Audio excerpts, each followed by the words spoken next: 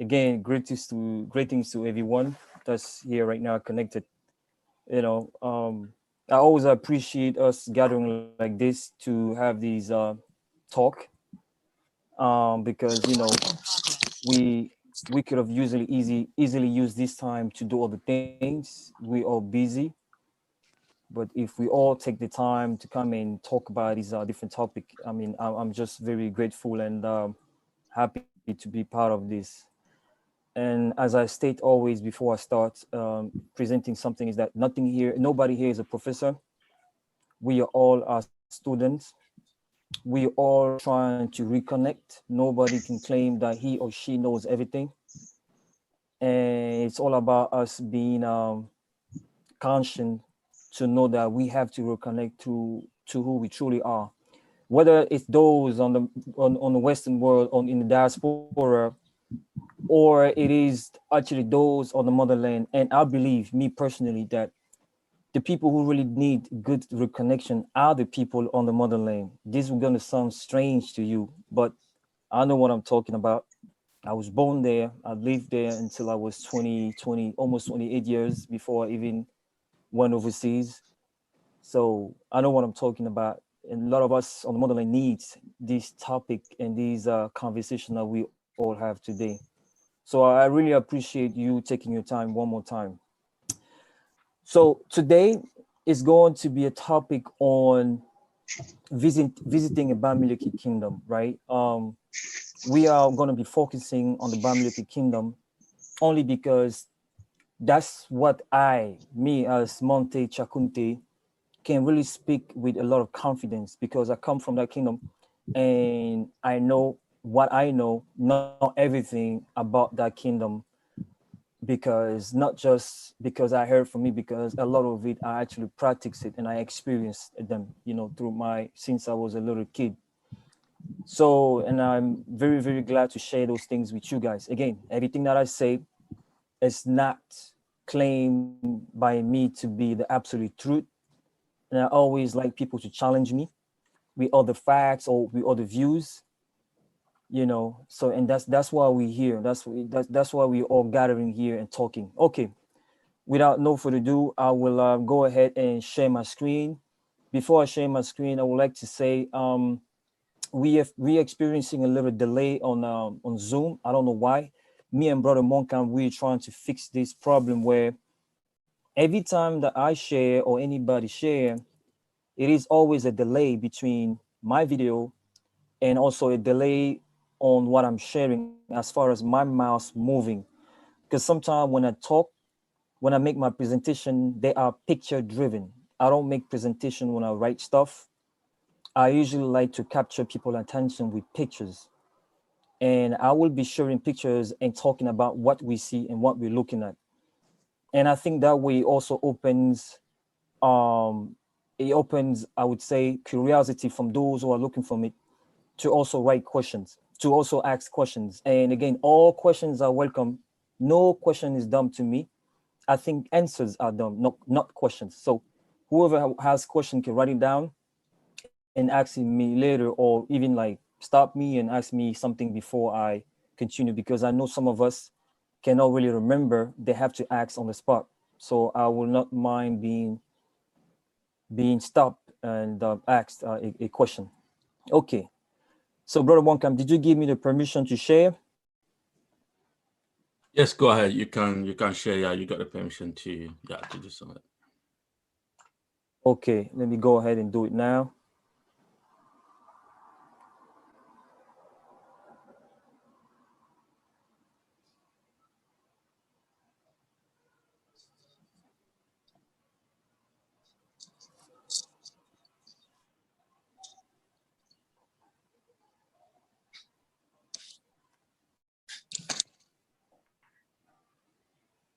All right, it's taking a little time, but it's coming. It's coming now.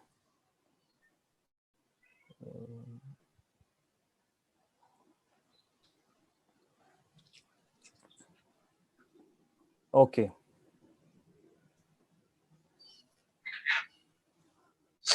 Can you guys see my screen? Yes, I can see it. Yes, we can see it. Okay. Uh, okay. Let me just. Okay. So yeah, visiting a Bamiléké kingdom.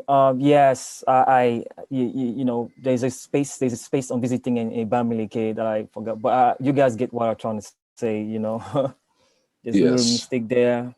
Um, so and you can see on the subtitle I wrote traditional views. We're gonna talk here about the traditional views because I think it's important. I think it's important because unfortunately a lot of the things happening today in some kingdoms are very I would say corrupt. And when I say corrupt, it's not to throw any rocks on anybody. You know, I would like to say that right. You know, first, it's only because those kingdoms were or are or were victim of a lot of influence, and a lot of these influence come from you know officials like the government that was left there by the French or the English. So they get a lot of pressures, right, from them. And sometimes a lot of them are left with no resources to really sustain the people. So therefore, some of the kingdom of some of the king have been compromising, right? We just trying to bring that to their attention by with respect, of course, but it's a reality. But we're going to talk about how to visit the Bamiléké kingdom in the traditional views. Okay, let's keep going. The first thing I must say is that all visitors are welcome and the doors are always open. But there's an exception. An exception is made for well-known enemies to the kingdom. I think this only makes sense, right? So, you know, you could be coming from anywhere. You don't have to be from the Bamileke tribe. You can come from India. I just picked India because it's a little far. You could come from whatever, China. You are welcome to visit the Bamileke king. And by the way, you need no appointment. You don't need to make a phone call, you know, hey, can I have an audience with the king? Or you know the paperwork that the Western administration has, or I would say, you know, the white people administration have, where to see a minister, you need to fill up an audience and you need to be accepted before you go say. In the Bamileke kingdom, no.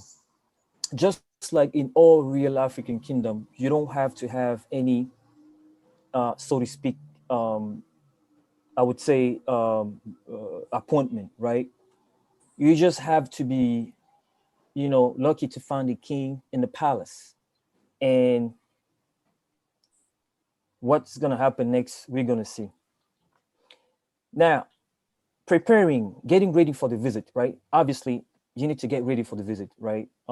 Because you need to know what are the custom there, how to do, you know, all stuff, those good stuff. Even if you have somebody who takes you there, you need to educate yourself as well, because you cannot be always rely on somebody, right?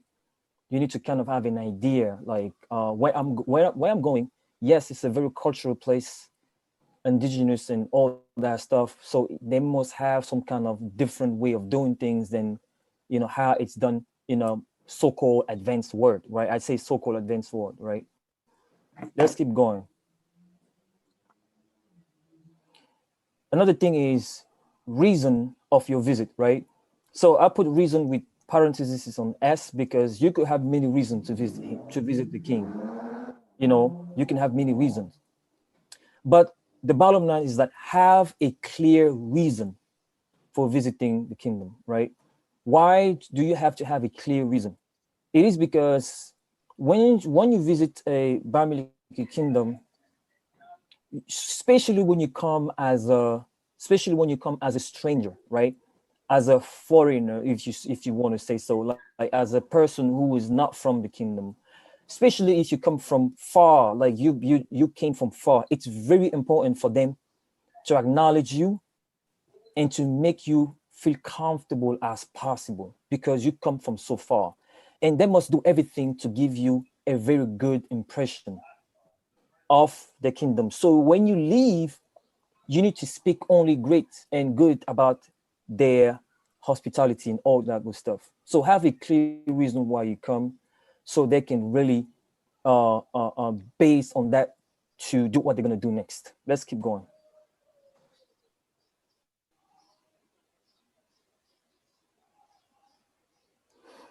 So as you arrive into a Bamileke kingdom, right?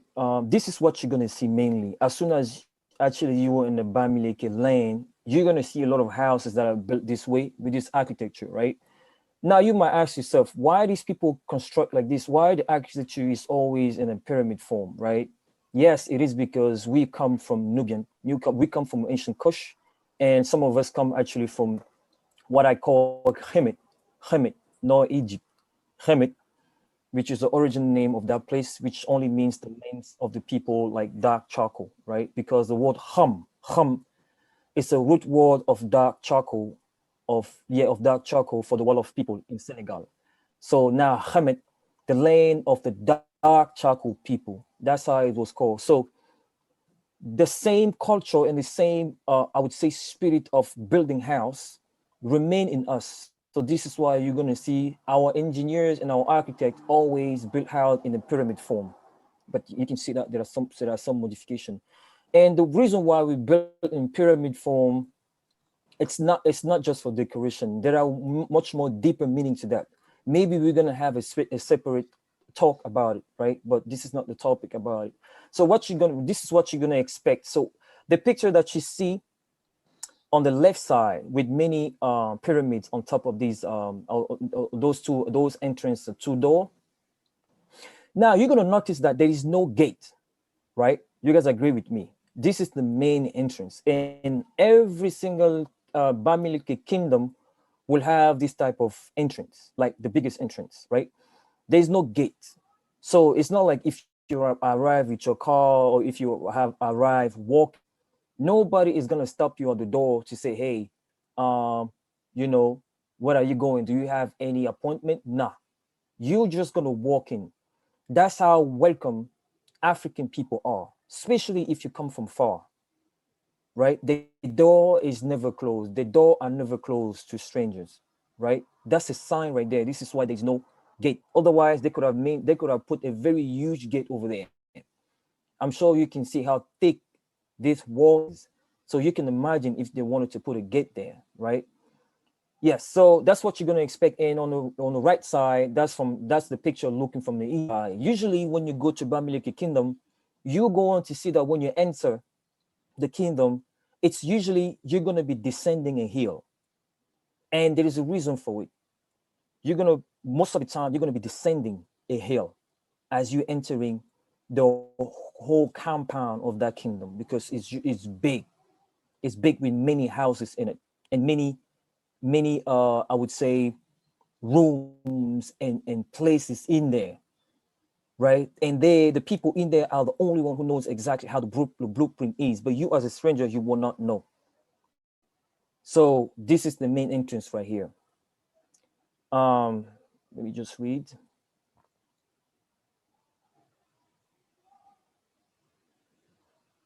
Okay,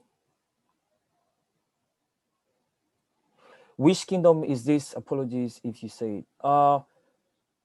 Now I so this kingdom right here, this is a picture that I just have. I'm not really sure what kingdom it is, but you're going to this is a general picture. This is how all kingdom in the Bamileke lane is going to look like. Yes. So not to claim any kingdom. Yes, even on the right side, I know exactly what kingdom it is, but I won't say it just because I just wanted to let you know that this is what you're gonna see in all Bamileke kingdom when you if you go. Um, how is kingdom defined and established? Yes. So this is a question that will require actually an entire presentation, but just to make it short, kingdom is established by a group of people who decide to leave another kingdom or decide to leave another kingdom, or they can come from a people, find a place and decide to create a kingdom. But there is a very important part of it. Whoever decides to establish his or her kingdom needs to establish it around a baobab tree. in a Bamiléké tradition, all kingdoms are always going to have a barba tree, very, very old barba tree, sometimes more than 400 to 600 years old, close by it. And that's usually where the secret forest is.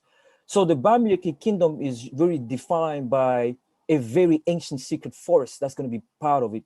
If there is no secret forest, very dense and wild, no Bamiléké kingdom can be created. So those are the main thing to, around to be able to create a kingdom. But like I say, it's more into it. I mean, that's just another topic. But I hope I kind of gave you a little bit. It's just a group of people who agree to go and create their own. Obviously, and when you go, you must have key people as far as people who know the tradition, traditional healers. You must have shamans who can predict stuff, who can go somewhere in the forest and say, all right, here is what we need to do this, here is what we need to do this, and consult some spirits as well. So yes, but as far as creating it, if there is no wild forest, if there is no baobab tree that's there, a kingdom cannot be created. So okay, let's keep going. I will be looking, I was trying to keep up with question on the text. We're gonna keep going here.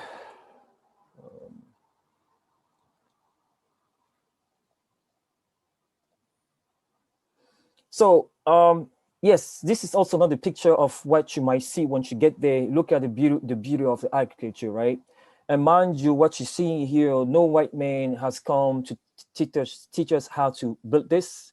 We built this way before the white man was even a thought. That's what we were building, right? So when they tell you that you were in Africa just jumping from trees to trees with monkeys, it's a complete lie. Now, what you're seeing right there, even the French people, when they visit there, they're amazed on the knowledge of geometry that takes in order to be able to do such things. I want you to know that every single this wall that you see here is made out of bamboo, and sometimes is made from palm tree middle leaves, and every single strain is put there very carefully with a lot of calculation. And you might look at it, but you must really go and see and see it for yourself. It's just incredible what our people do. And the level of knowledge in science and all that good stuff that they have, right? Now you can see the man standing there, green attire. Look how small it is compared to the house itself. So it gives you the magnitude of what we can do, we black people, without the help of no white man, as they're always trying to tell us that it's only when they came in Africa that we became human being. Complete lie. I'm sure all of us here already know that's a lie. Yes, so that's what you might expect also. Usually these kind of places are where they built for big ceremonies with a notable of the village, and sometime when the king want to gather with certain people, important people of the village. So look at this as the parliament, the big parliament of the kingdom where they gather. All right. So again, this building that you see, like I say, it could be another topic. It could be another talk only on this, because if I speak about all these poles and all those sculptures that are done on the poles, it's a book that I can write based just on that. It's a lot going on in this building. All right, that's what you might expect when you go and see. Okay, meeting the king now. Okay, so you arrive. Here is you arrive. Um, you are not announced, right? You arrive and then you come at the door. You enter the door. All right, you're gonna be amazed by the architecture, right? You're gonna be amazed by what you see, right? And as soon as you enter the compound, some of the notable that are guarding the kingdom are gonna notice you. Okay, I'm telling you what happened to me. It's not something I read in a book. I visited many kingdom in the Bamiléké land. I'm not gonna say I visited my own village though. I cannot visit my own village. I mean, I know my king, and but I'm talking about all the villages. I visited many, and I will tell you based on my experience, what I experienced, what I've went.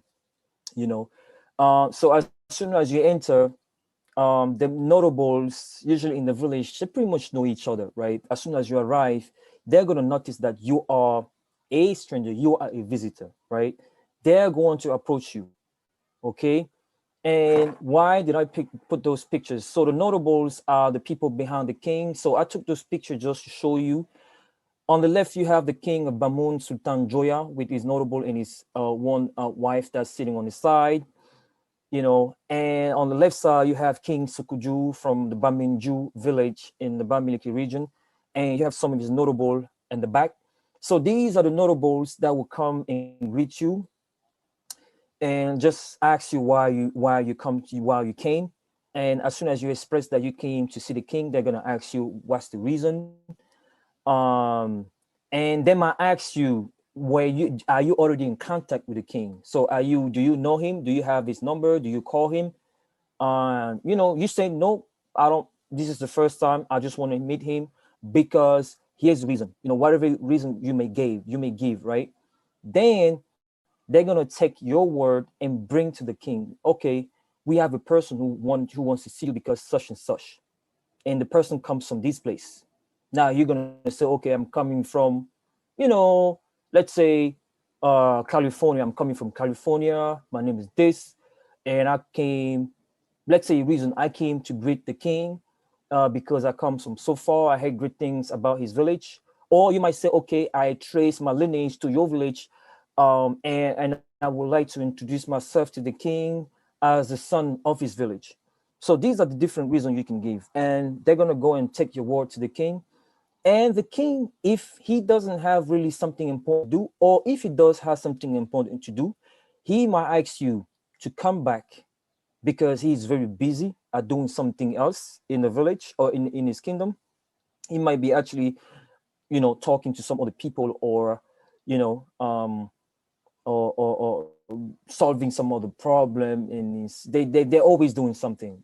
It's very difficult to be a king, by the way, because you're always solving people problem, because a king, he is a judge, he's everything, he's a counselor, he's an advisor, he's pretty much everything. The village look up to him, right?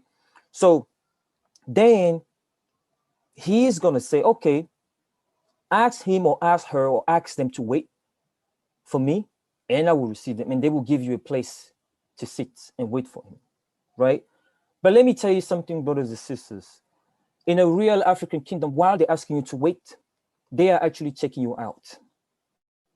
And I must tell you that when you come in the Bamiléké kingdom, I want you to remember that it's a place of a heavy spirit stuff happening. Not to scare anybody, but if you come with very bad intention, they might refuse to see you.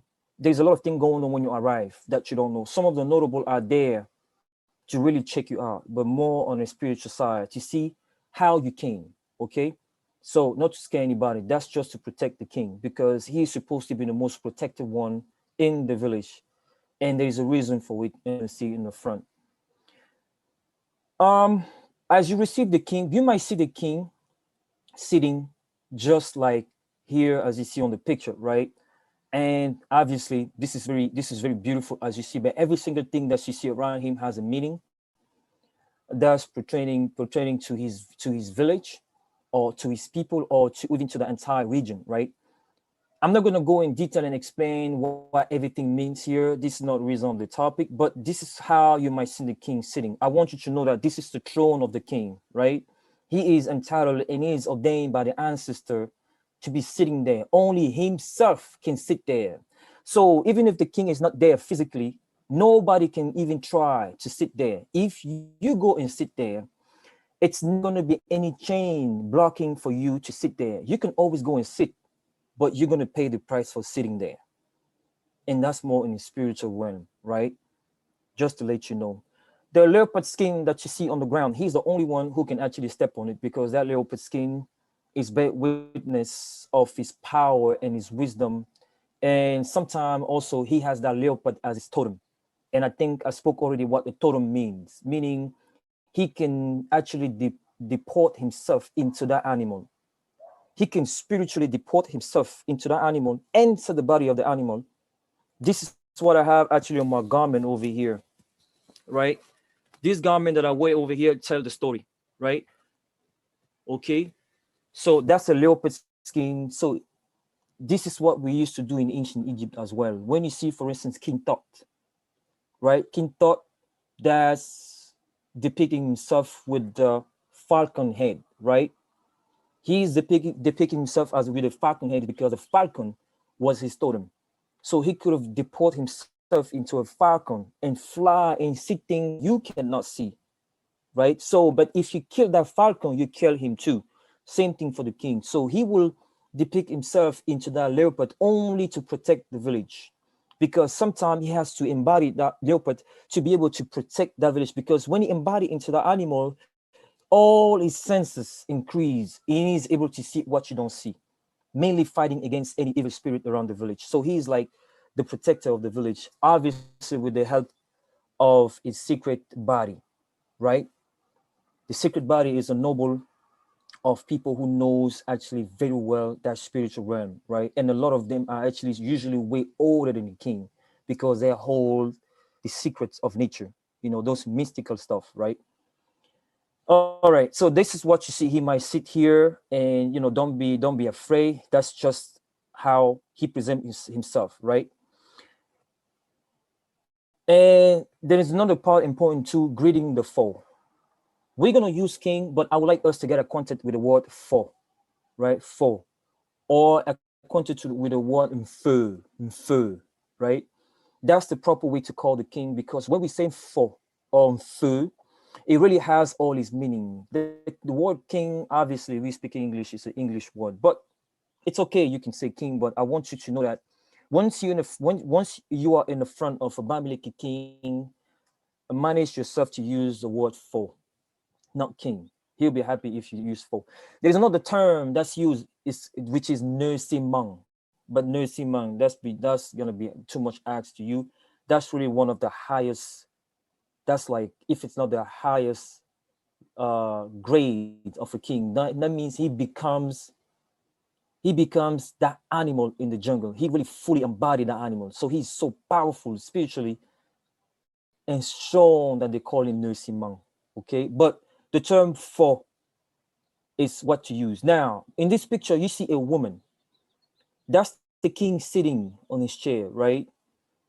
And she is greeting him. And I want you guys to look at my video. I'm going to show you how to do it. When you greet the king, we have the way of doing it in the Bamiléké land. It might not be the way that is done in other kingdom, as far as all the tribes, all the group.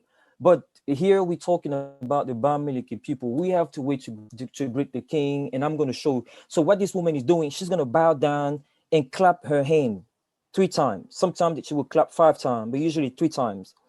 Okay, and she would say all the greetings are come in peace, or she would just tell about the greatness of the king and make the king know that she acknowledged that he's great and that she's coming in peace and bless him, right? Because only the people of the village can bless the king, not the other way around. The people in the village or the visitor are the one who bless the king. So so you come, pretty much you come, and you're gonna bow down.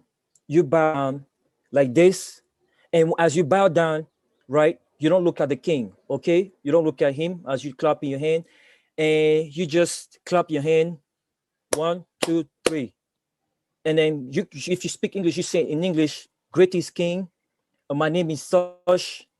I really, really, really, really appreciate you for receiving me today. I'm coming in peace.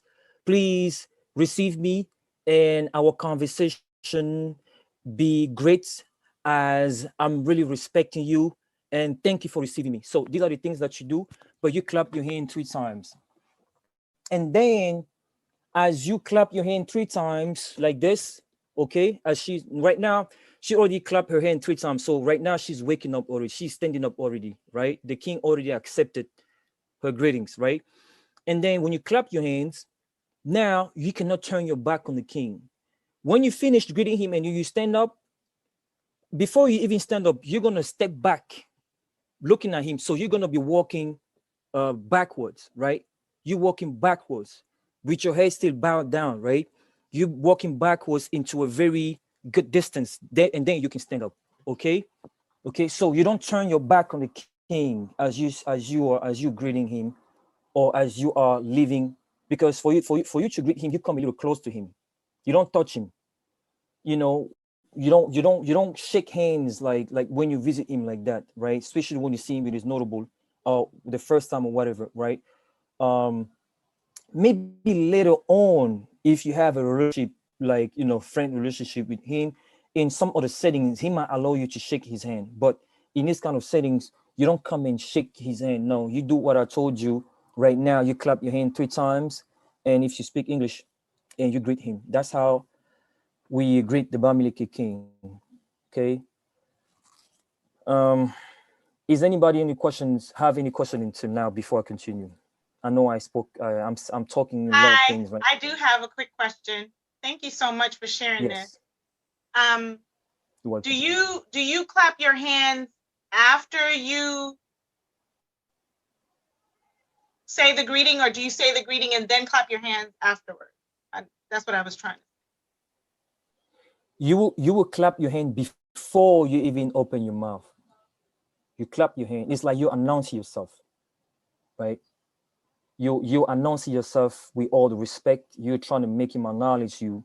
You clap your hand as you bow to him, right? It's just a sign of respect. It's not like you think he is superior than you, like it's just a sign of respect because he represents an entire kingdom, right? So you clap your hand 2 times as a sign of respect before you open your mouth. Now, when you finish clapping your hand, now you can say what you say. You greet him and all those things that you have to say to greet him, and say and announce him really that you are coming in peace, and all the other things that you want to say as a greetings. Then, as soon as you say it, you're gonna back down, still bending. You're gonna back down into a safe distance before you actually stand up. Did I answer your question? Yes, thank you so much. You're welcome. Yes, peace and blessings, my brother. A question for the benefit of the whole audience. Is there any symbolism associated with 3 claps? And if so, what is it? Yes. So yes, there is a symbolism associating to the clap. Now that symbolism again, it is really it's like you entering somebody's door, right? You're not gonna enter somebody's door. I mean, somebody in this room, you just open the door like that. You're knocking, right? You're knocking the door at least to announce the person that you are coming, right? Announcing the person that you're coming, and then the person might, okay, somebody is knocking the door. Okay, I'm gonna get ready to receive the person. That's just the kind of like respect you have. Even though you see the king, obviously there's no door, but really this is something that's connecting to the respect that you're giving to the king for what he represents. But I want you guys to know that that respect you're giving to the king has nothing to do with his personality, but it has everything to do with what he represents as a person who represents an entire, kingdom, pretty much. Yeah.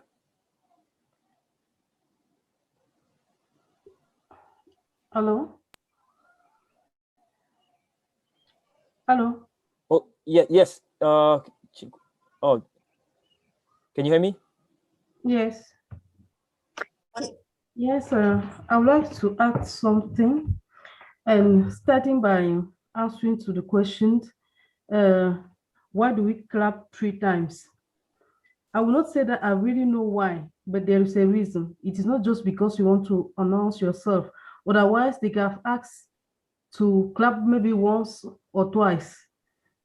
What I would like to say is that the number three is very significant in the Bamiléké culture, and it usually refers to Trinity. When I talk about Trinity, it has nothing to do with the Trinity of the Christians, or they will say God the Father, God the Son, and the Holy Spirit. No, here, if I take for instance, I'm with the King and I talk about the Trinity, it is the King, the gods, and I. That is a simple example I can give, but that the reason why we clap 3 times, I know that there are many explanations attached attached to that. Then, brother Monte, okay, said that Monte, yes. said that Bamiléké kingdoms, it is usually a group of people who have decided to live together. Not always. In some villages, there are people who came from elsewhere and then imposed themselves into the community as the king. We have the example of Batufam and many other villages. And I would like to add that for a kingdom to be, not for a kingdom, for a palace to be established, there are many things that are taken into consideration. That is why in many villages, they will say the first site of the palace was here. We are on the, maybe in Batufam, we are on the fort. There is a reason. Why are they going from place to place? There are many scientific, I would say that it's scientific elements that are to be taken into consideration. They don't choose the palace anyhow. And if you see the map of many villages, many palaces in the Grassfield, you see that, je sais pas comment on appelle le nombre d'or, hein, le nombre d'or. En fait, je vais dire, les palais Bamiléké sont, dans le palais Bamiléké, le palais en tant que tel, le palais du roi est toujours situé par rapport au nombre d'or. Tu peux un peu expliquer ça? Yes, so she's trying to say that there's actually a lot more involved, as I was explaining, right? When it comes to pick a Bamiléké, to create a Bamiléké kingdom, and she's saying that one of the very important thing into it is that the parts where the Bamiléké kingdom is chosen, it always has to be related to the golden number. Now, that golden number is actually a mathematical number that's used to determine where that kingdom is going to be placed, right? So as I say, yeah, thank you, Princess. I appreciate that. So as I was saying, there is a lot more involved when it comes to create a Bamiléké kingdom or an African kingdom in general. It's just a lot. We're gonna have to, probably, Princess, you might, help us and maybe, put us a presentation and talk about it, how it's created, right? Because that's another topic. It's just going to take another topic for us to talk about it, because again, it's a lot involved to it. It's just a lot involved. Okay, and I would like to add that when we say that when you come into the palace, you're welcomed by a notable of the palace, we have to say that they are usually servants, because among the notable, we have many categories, and there are some notable that will never go to see the king anyhow. So those who are there to welcome you, ask you where you come from, they are usually the servants of the king. Those who work with the king everywhere where he goes. Maybe when the king has to participate to a ceremony, he's supposed to come first and make sure that everything is right and all those things. And amongst the notables of the king, we have the two prime ministers. And among those two prime ministers, there's one who is for the interior and one who is outside. And the one who is from outside, there are some places that he cannot go to into the palace. And if we see him there, it is a sign that the king is no more. And concerning the throne of the king, no one is supposed to sit on it, but it is mainly for men. Women can be allowed to sit there, but we have to, because we have to be polite, we have to ask to the king, I would like maybe to sit there to have a picture. He will allow you if you are a woman. But if you are a man, even the son of the king, the prince, is not supposed to sit on that chair. Those are, and then greeting the king. I would like to say that in Batufam, for instance, we do clap 3 times, but there is an expression. Then we say, "Je," asking the king, "Do you know?" Because we suppose that the king is somebody who is not aware of what is happening in the village, outside the village. And when you come, you say, "Je Mbolo, do you know?" Then he will say, "I will only know if you tell me." Then it is a way of saying that the king will only be informed if you come and inform him about what is going on. And I would like also to say that in Batu Farm, we don't have, the lion is not too significant in Batu Farm, because in many palaces, when you arrive, you see a lion. It is not the case in Batu Farm. The most important, and we have many animals, but the most important animal in Batu Farm Kingdom is the castor. I think it is a beaver. That is the most important element in Batu Farm, because it is an animal who has that ability of living in the water, outside of the water. He's capable of adapting himself to every, almost to all the environment. That is some precision I wanted to bring. Thank you. Thank you. I think we got a question here. We got a question from Brother Bill Biggs. So, are there several kingdoms within the Bamiléké tribe? And if so, is there a high king of kingdoms? So, yeah. So, I don't know, Brother Monty or Princess Meeple. Yeah. Yes.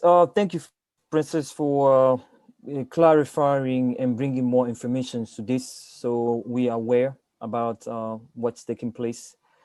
And then, yes, to answer the questions that's being asked, yes, there are many Bamiléké kingdoms.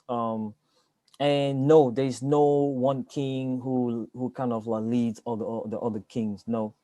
So think about, all of them are really independent, right? All kingdoms are really independent on how they run their, the region, or so yeah, there's no king that's going to be the king of all the Bamiléké villages, or all the Bamiléké different ethnic group that are there. Yeah, there's no such thing.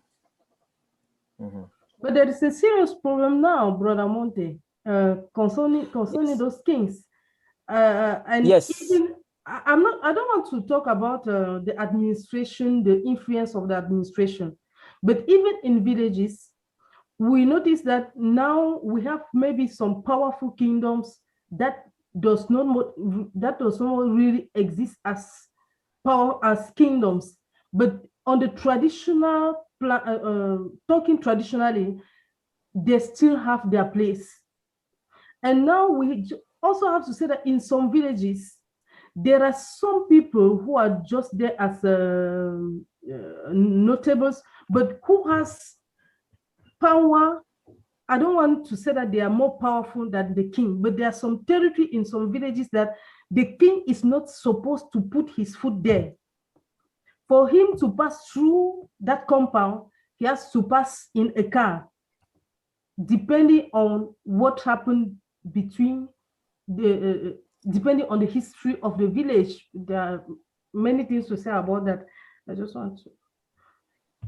But if you look into the according to what colonial master brought, they really destroy many things. And now, for instance, when I go into a palace, they will say 3rd degree. What I have to tell the king is, you don't have to care about the fact that maybe you are the 10th degree kingdom. You have to work hard, build your palace, and it is only by that way that you will deserve respect from your people. And now we have once more, take the example of Batu Farm. Once we have in 2017, there was a meeting of African dignities in Cameroon. So when the kings from many countries of Africa arrived in Bafoussam, after finishing their conferences, they were supposed to have the last meeting to close to close their works.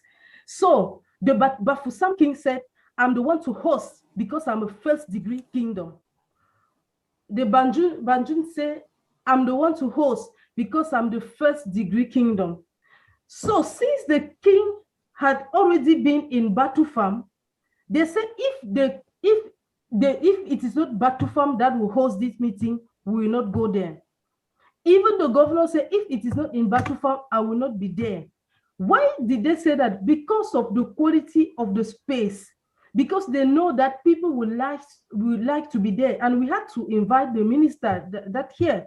And when the Minister of Art and Culture came, he was too I don't know what to say, excited of saying that. What I would like to say is that we have to make sure, or every king has to make sure, that he builds his palace, he works for the development of his village.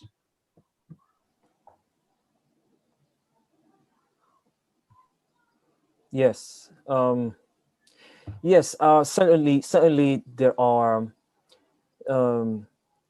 are little, like I would say little conflict. I won't even use the word conflict, but misunderstanding. With those different kingdoms that actually share the same borders for most of them, and of it are driven by I would say influence coming from the government. We know that. So thanks, Princess, for giving all those precision. We just want them really to know the basics. I mean, if we're gonna go deeper, it's a lot more involved as far as how it's being on the ground. But as a visitor, visiting the Bamiléké kingdom, there are some just basic things to know and do that we trying to expose and show them, right? Because those basic things are not known by many. You'll be surprised how even some of our people who grew up, in the city in Cameroon, don't know nothing about what we're talking about here, even the basics, right? So yeah, thanks for all those precision, and obviously as you guys get more acquainted to the Bamiléké kingdom and how things are going on right now on the lane, you are yourself going to discover a lot of the things that's going on now. For those who actually went there already many times, they know what I'm talking about, right? But there are some basic things as far as how to properly greet, how to properly, when you come to the kingdom, what to expect, what to do. So thank you again. We're just gonna keep going here in this presentation. So we spoke about how to greet, and and I'm sure right now we all know the basics when we're in front of a king, what to do. So we keep it on going here. I'm just going to, so she spoke about a notable, and I also wanted to mention the wives, right? Something shouldn't be shocking when you visit the Bamiléké kingdom is that you're probably going to see the king with, sometime he can show up to you with many of his wife. It's usually not all of them, but don't be surprised to see him with many wives, sometimes even 10 to 30 wives, right? Don't be surprised, okay? Now, what does he have many wife? It's a lot to it. That's another topic again, but I want you just to understand that this has nothing to do with lust. Like, I heard many people here in the Western world thinking that these African king are just looking for, quote unquote, I don't want to say the word, you guys know what I'm talking about, but it has nothing to do with that. It's actually a very, very, very huge responsibility that's being put on them, because he has to take care of all those wives, and he must be the role model for all the children that he's going to make. Some king actually have more than 90 to 100 children, right? By it's all his wife, including, grandchildren, sometimes great grandchildren, right? So it's more to it. It's all about teaching his people, especially the men, to be responsible, okay? If you're going to have a woman and you're willing to take the second one, you must be responsible. It's also a way to teach the men that we don't do any side chicks, so to speak, like it is here. If another woman interests you, you take her, you marry her, and you take care of her. That's responsibility. And if you give her children, you take care of all the children, and you take care of her as she is not working. So you mean you must be the main provider. So the king having many wives actually exemplify, you know, what a man should be as far as being responsible, okay, and protecting and providing. So as you can, so you're probably gonna see him with many wives, so you're not gonna be surprised. So here's how sometimes it's gonna look like with all his notable. As these pictures that you see here, this is just a picture of him, you know, just during some of the traditional ceremonies.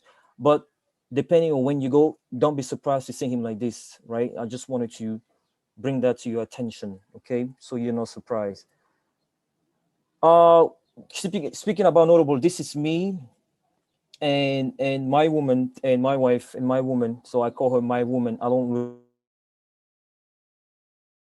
really like the term wife. I say my woman on the left side of the king. She's actually originally from Detroit, and then I took her there to see this king, which is the King Sukuju, and that was after our meeting. I had a meeting with him with all his notable. Some of them actually are not on this picture, but all his notable were there. So the person that you see or close to the woman that's there, that's my dad. He went there with me. And after our meeting, we took this picture just to show you the stuff that you might be facing when you meet the king, right? Usually when you speak to him, he's not going to listen to you by himself, because he wants all the notable that are going to be qualified or assigned to the kingdom, as the princess was saying, to be listening to the conversation. But because he shouldn't be the only one to hear what you say, because he doesn't want tomorrow that you say that you say something and he didn't say. He's gonna be like, okay, well, there were many people with me who listened to what you say. So it's another way also to be transparent, right? That's another way to be transparent, because as you speak to him, he must have. That day I had like 8 notable they were actually there during the entire conversation that I had with him. There were 8. That's not including the king. Listening to the entire conversation, very, very, very carefully listening to our conversation, right? They were not typing anything. Nobody is typing anything, but they're surely listening to all that you're saying. And everything that you want to present to the king, it goes by them first. You don't give anything straight to the king like that. It goes by them. They're the one who takes them. You take that thing, they look at it, they make sure everything is okay before they might handle it to the king, and the king might say, just put it there or just go put there, but it goes by them. So that's the stuff. It's a lot going on when they're with him that you might not even know, but he's going to be listening to you with all his stuff. Usually that's the case when you visit him in the kingdom. So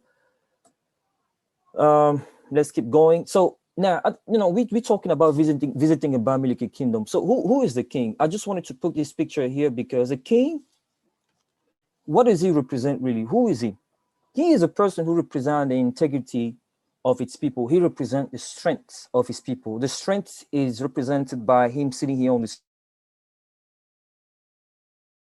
throne, right? With all those artifacts around him. Some of them are embodied by spirit that's protecting him in the village. And the main important thing is he is holding the hostel. I think I made an audio in our group chat about the meaning of that hostel, which really represent our victory over some of the oppressors. As I told you, our first oppressors were the Fulani people, unfortunately, okay? Because as I was saying, I was telling you, Islam has really destroyed Africa, okay? I'm not here to bash on any person who practices that religion, but I'm telling you that our people were forced to accept it. If a kingdom was not accepting it, right, they were chopping his head off. You can ask the Mandingo people in Mali, okay? You can ask the people from Niger. You can ask the people from Mauritania what happened to them, right, during the Arabs' invasion of West Africa and some of the Central Africa part, right? You could ask the people from Chad what happened to them, okay? These are the Muslim people along with the Fulani people who actually mixed a lot with those Arabs. And they were the ones who actually embodied the entire religion of Islam. And they were the one assigned to spread that religion. And they came in the West region to try to spread it. But our ancestors say no to them. We're not going to take that religion by force. We say no to it. Let us still do our spirituality. But if you go on to enforce that to us, we're gonna have to all die. So we fought against them for a while. But as I say on the audio, at the beginning, they were killing us a lot because they were fighting against us with horses, right? Think about you on the ground with your sword, with a little knife or a little a little sword, and you just have pretty much muscles, and you're trying to fight somebody that's coming to you on the horse.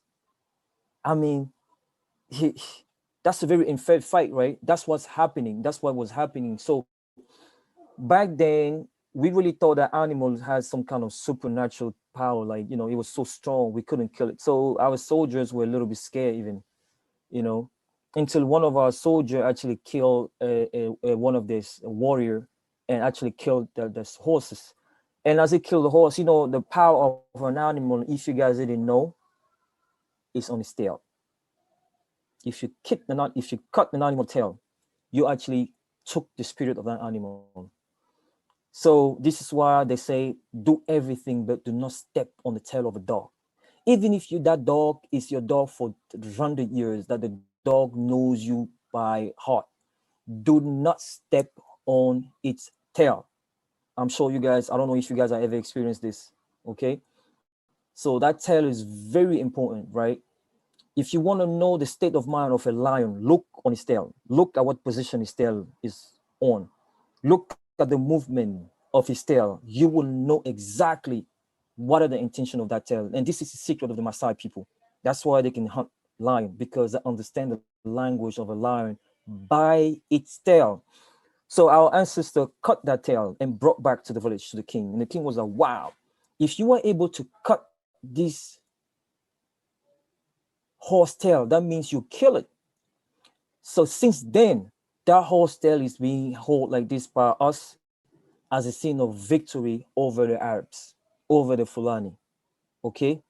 And right now we use that horse tail for also traditional funeral ritual to celebrate life over death, okay? Because again, in a Bamiléké tradition, just like in many or if not all African tradition, death does not exist to us.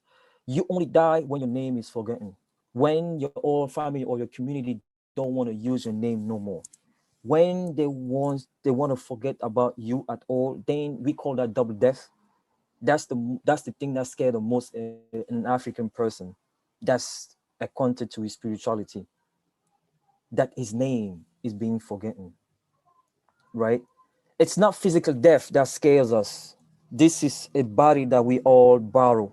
We all gonna give this back to Mother Earth. But what we fear is that our spirit, is that our name, is that the name that we call ourselves that makes our spirit vibrates is being forgotten, right? So therefore, when we celebrate an ancestor, you're always gonna see us having that horse tail, even when the king is being intronized, is being chosen, or all that good stuff. When the celebration, when he comes out of the Lakam, which is a secret place where he goes to be trained for 9 weeks, it's going to be a huge party. I mean, not a party, but it's going to be a huge ceremony, and you're going to see everybody holding their horse tail. That's just a sign of victory of the Bamiléké people, victory over death, and also victory as a people against the oppressors. So that's what it means. Now, on the left side over here, you have on the left side over here, you have the king. The king also, what does the king represent? He also represents the integrity of the spirit of the village. So here is him. This is a rare picture of a Bamiléké king, right? Actually doing some ritual in the secret forest, right? So he is the one actually who guarantee the spiritual integrity and balance of the village. He holds the baton that will lead his people. He is the one to who the ancestors speak first as far as to lead the village.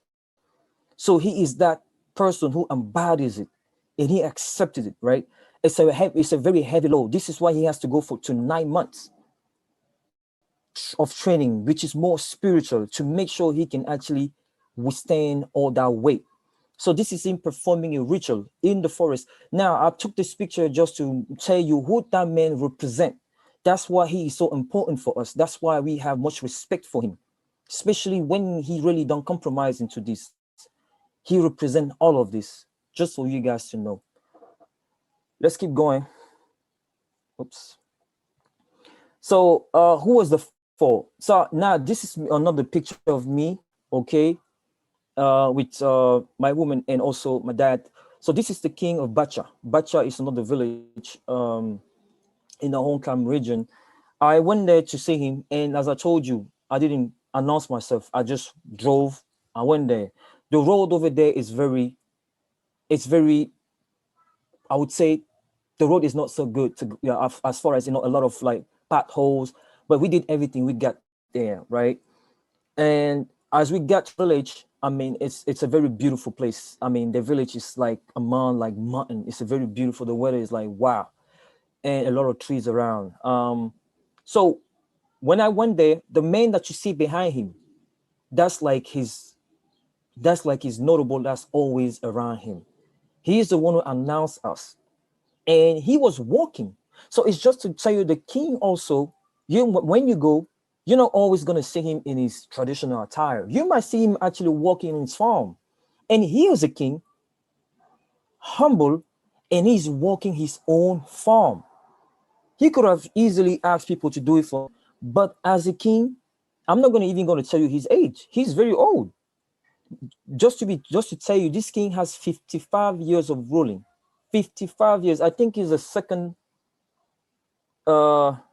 I believe he's the second after King Sukuju, who has 63 years of ruling, 66 years. He is the second one that has the most years into throne, which is 55 years, right?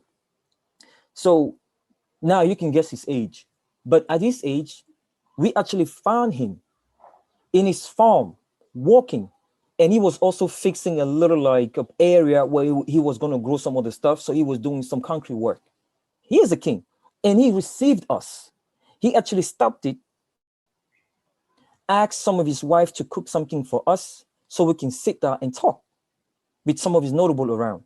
So that's what I'm telling you, that's who the four is. That's who the four is. He is that person who represents that example in the village. That's why we have so much respect for them, right?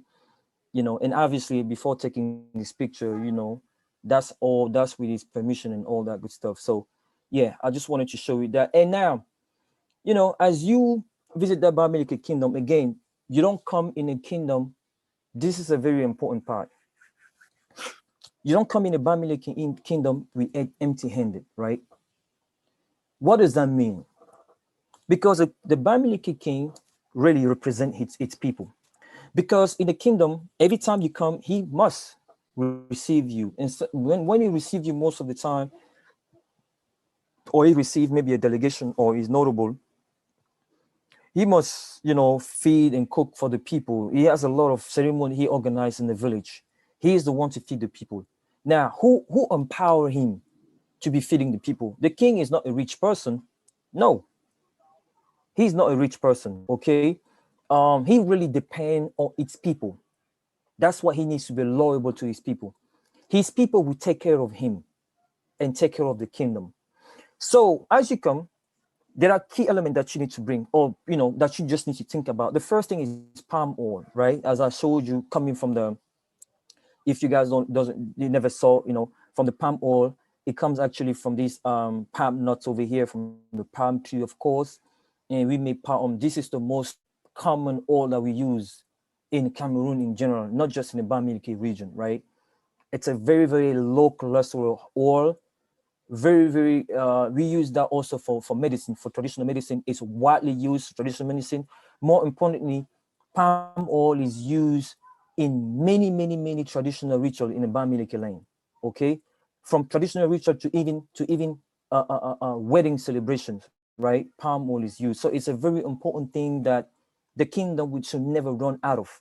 So you might bring something like that, okay?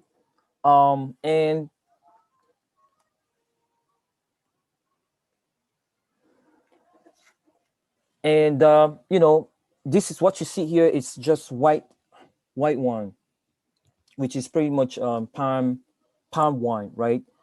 You know, that's for receiving or the you know, the guests of the king when you receive people, or also with some ceremony, because this palm, this wine right here, it's very, very ancient to us, and it's also very natural. As you can see here, the man that's there going to harvest that wine, you know, it's a very natural wine. You can see it comes straight from the palm tree.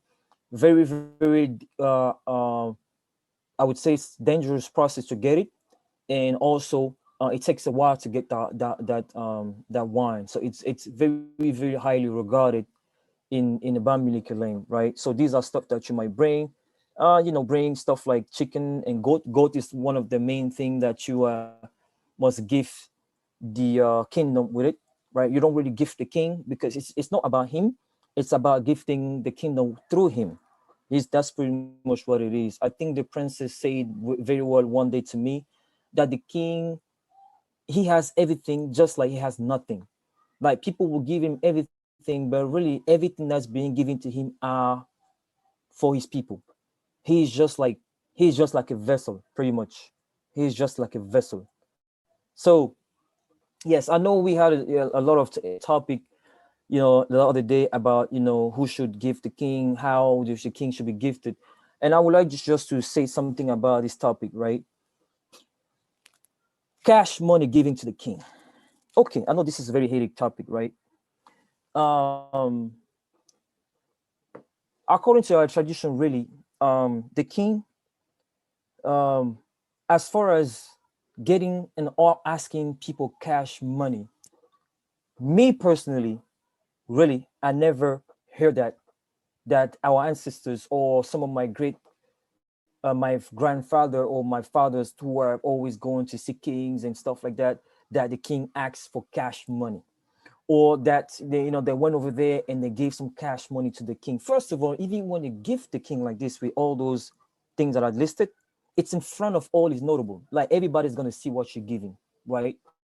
Everybody is going to see what you're giving him, you know, and that's why you bring, this is our currency. Currencies are goat, currencies are fruits, currencies are food, natural stuff, chicken, palm oil. That's our currency. So it's not money, it's not paper money.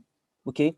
The only reason why you must avoid giving money like that to a king is because you don't want to make it to the point where it's personal to him, because then that can include corruption. It can include some kind of like ways where he can start opening. Unfortunately, some of our king are into that now.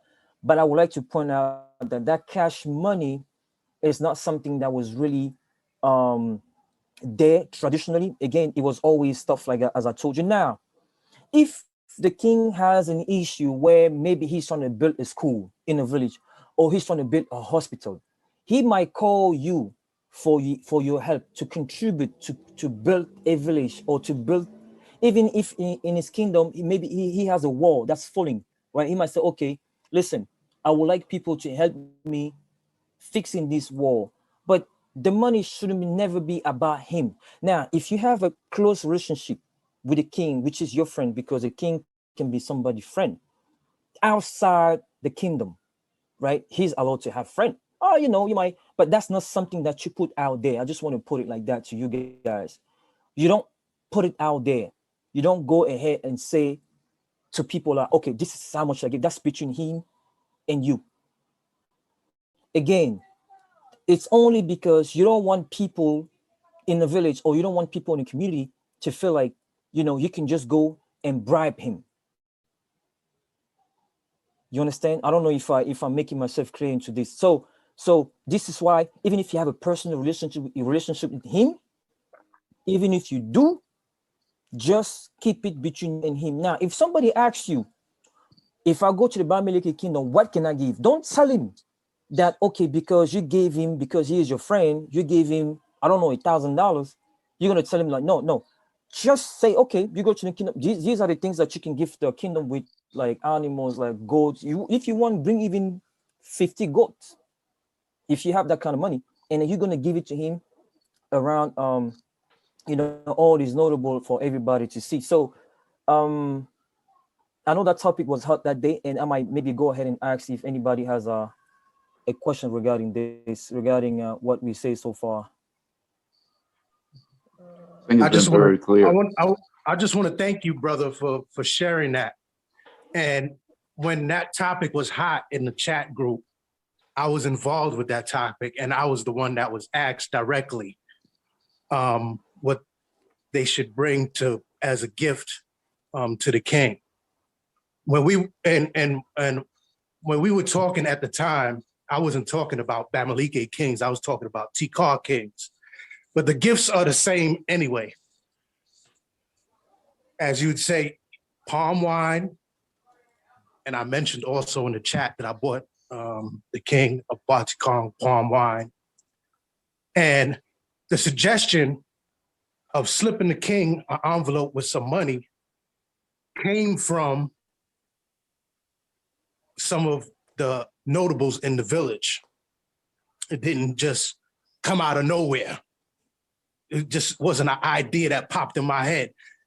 Anything that, all the protocols that I followed were suggestions given to me by those that were taking me around there. So this is not something that I just made up or I just thought of doing. You taught the people the proper way. And that's the proper way. Palm oil, palm wine, salt, goats, as you said, or chicken or whatever. Those are the proper gifts that they even the kingdoms use in rituals, or the kingdom can use as food or whatever.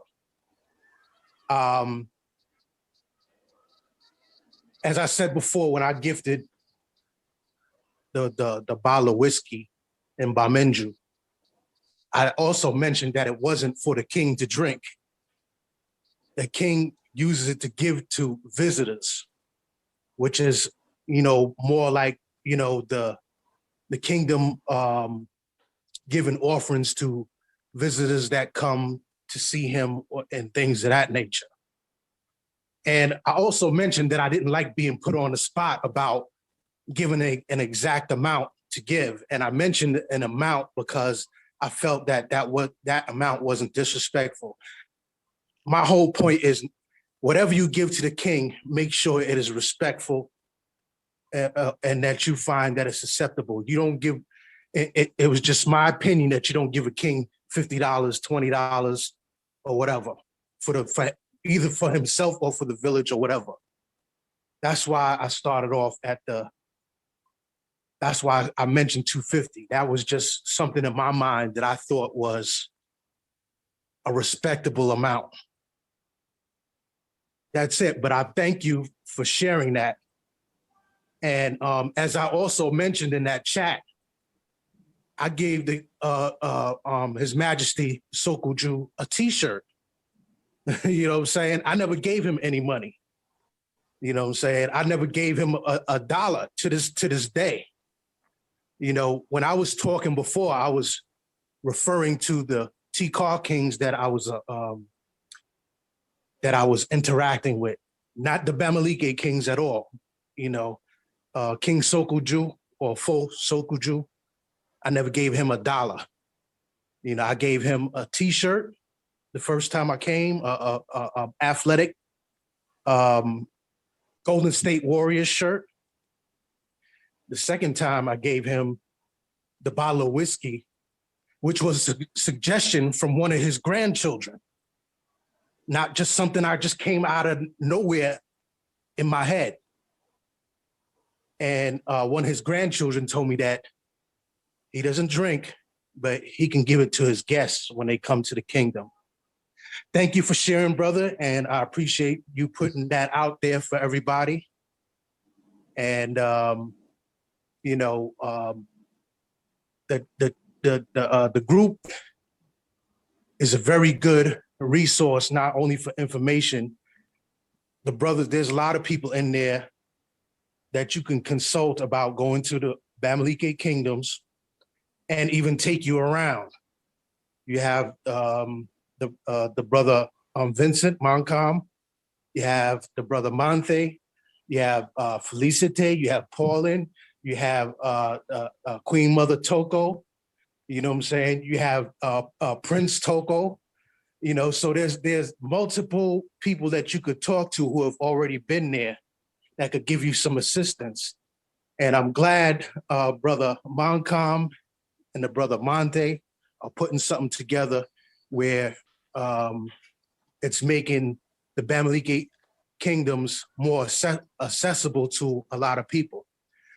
I also mentioned privately about some kings, Bamiléké kings, asking for money, you know, for to receive traditional names. That's not something that's made up, but it's not something that I heard directly. That's not firsthand information. And you're gonna have corruption going on, not only in Cameroon, Ghana, Nigeria. A lot of these traditional leaders are being influenced by money. So you can't be surprised if something like that comes up. I'm just putting that out there. It does happen. It's you know, it does happen. And I just want to let you continue to go on from there. Thank you. I appreciate what you shared and everything. If I can come behind you too, Brother Michael, I actually turn my camera on so everyone can see, because I just want to comment on that. And then I also have a question regarding visiting the village as well. So to comment on that briefly first. So I guess my whole reasoning for asking that question, and I believe the question was like, what amount will be acceptable to give a king?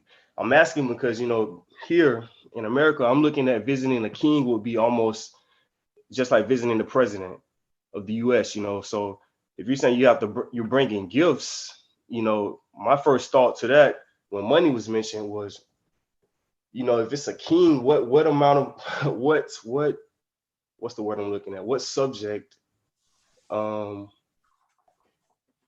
How much money could a humble person give a king to satisfy? You see what I'm saying? That's why I asked it. So I was like, I think you answered it perfectly, because I was like, okay, what if I just get something that you $50 feel is or acceptable 20? and respectable? Right.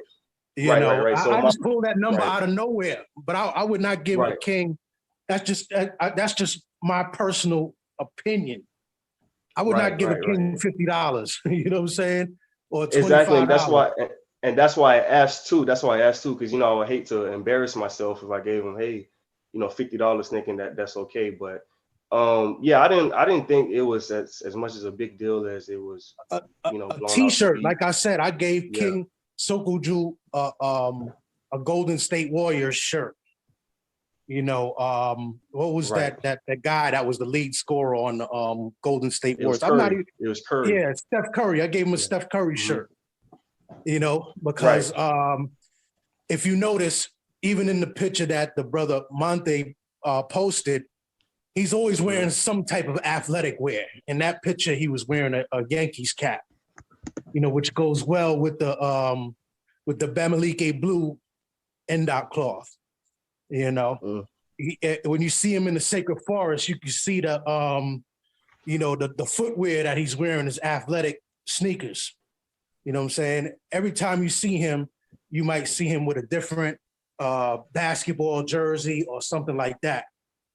You know, so that's why you know, it was suggested to me that I bring him a basketball jersey or something like that. That's why I bought him the Steph Curry shirt. Right. So and of course, it doesn't have to be money. Right. You know, and of course, obviously, whatever you do, give from the heart. And that's the main thing.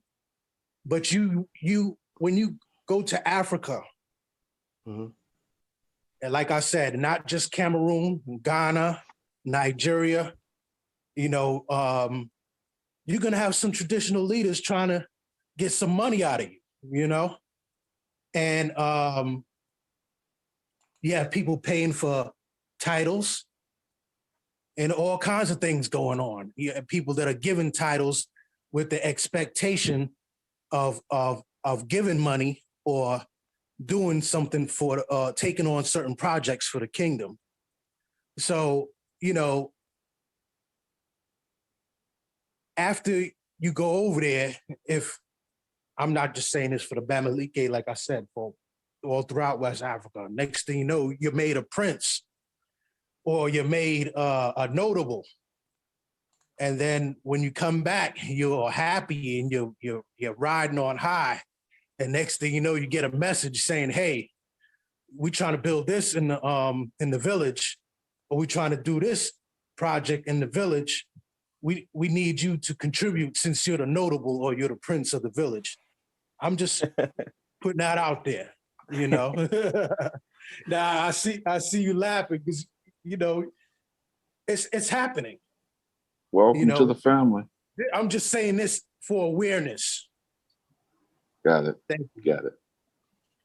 I think if I got Right. something, I think what brothers Marco just said, yeah, it's actually right. So there's a difference between what you give to the king, you give from your heart, and then there's a difference when the king actually asks for. You know, the king shouldn't really be asking, insisting that you gotta pay this for the name and everything. Because the way I look at it as a name, you know, I don't think that it should cost a lot to have a name. It should actually cost.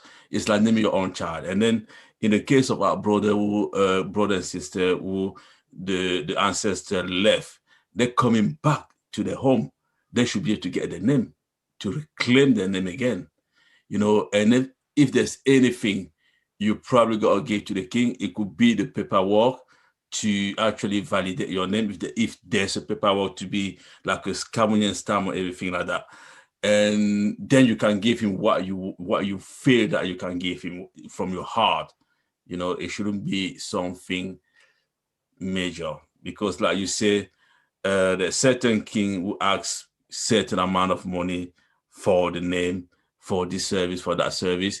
You know, so they shouldn't be asking like to put a number on the service you want.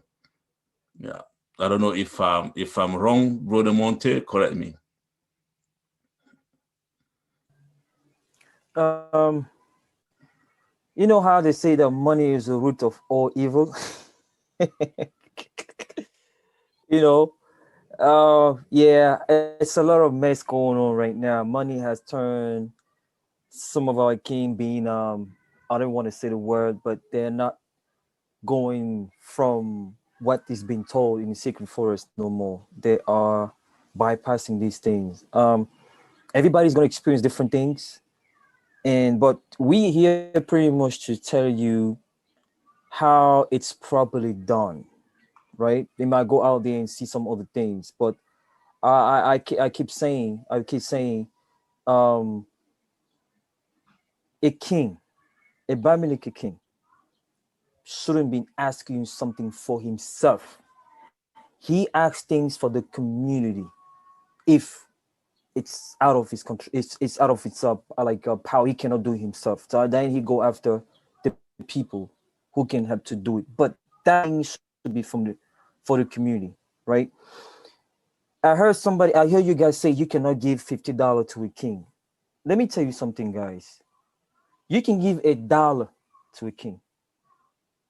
If there is something that's supposed to be done in a village and that's what you have and that's all you have, you're not going to give because you're going to say, oh, I cannot give to a king. Again, I told it's not about him. It's about the purpose of what he's going to do with that money. It's like somebody is sick in your family and you guys need to put money together to pay for a surgery for that person. It is not because you only have $5 that you're going to say, I'm not going to contribute. Listen, if you only have $5, contribute. It's a contribution. That's what you have. If you know in your heart that's what you have, you give it to him. And him, the king, he shouldn't be taking it personal. That's what you have. So just as the door was open, as I showed you in the Bamiléké kingdom, the door is always open, right? It means that whatever you give is going to be welcome. But you don't have to put it out there. You don't have to tell people what you gave him. That's the thing. That's between you and him. You don't have to tell people what you gave him, right? So I don't want you guys thinking that, okay, you must always give him more than 200 or something worth more than $250. No, that's not African kingdom. Let me speak to something else, about something else, to let you know how important this I is. just want to make it clear. It's about your personal perspective on what you find is acceptable. And yes. as I said before, it's not about money. You could give a t-shirt. Yes, sir. No, I understand that, but I want you to know that don't put any barrier. Like, even if you say something, it's what you can. Listen, bro, if you're a millionaire, give him $1 million. If you have that money and you're comfortable, give it to him, but it shouldn't be for him. It should be about a cause. You should give him to the way where he's not going to be corrupt to use that just for him. It should be for the community. That's what I'm telling you. The wealth of a king is not his wealth. It's a wealth of a people. This is why I hate when people say that Mansa Musa or Kanka Musa from the Manding Empire was the richest man on the planet. It's crazy. He was no richer man on the planet. That was not his wealth. It's not for, he was not, he was actually so greedy. He was actually so selfish. He took the wealth of the people from Mali, the Mandingo Empire, because he became a Muslim. He wanted to impress the Arabs. That's why he took the wealth of his people and went ahead and distributed to Arabs. So if you go in Mali today, for instance, to the Bamana, I went to the Bamana people, I went to the village. You say the name Mansa Musa and you speak good about him, they might beat you up. Because he's a king who, because of his selfishness, took the wealth of his people, all that gold, and when they gave it away to Arabs, because he wanted to show off, because he was going to Mecca, right?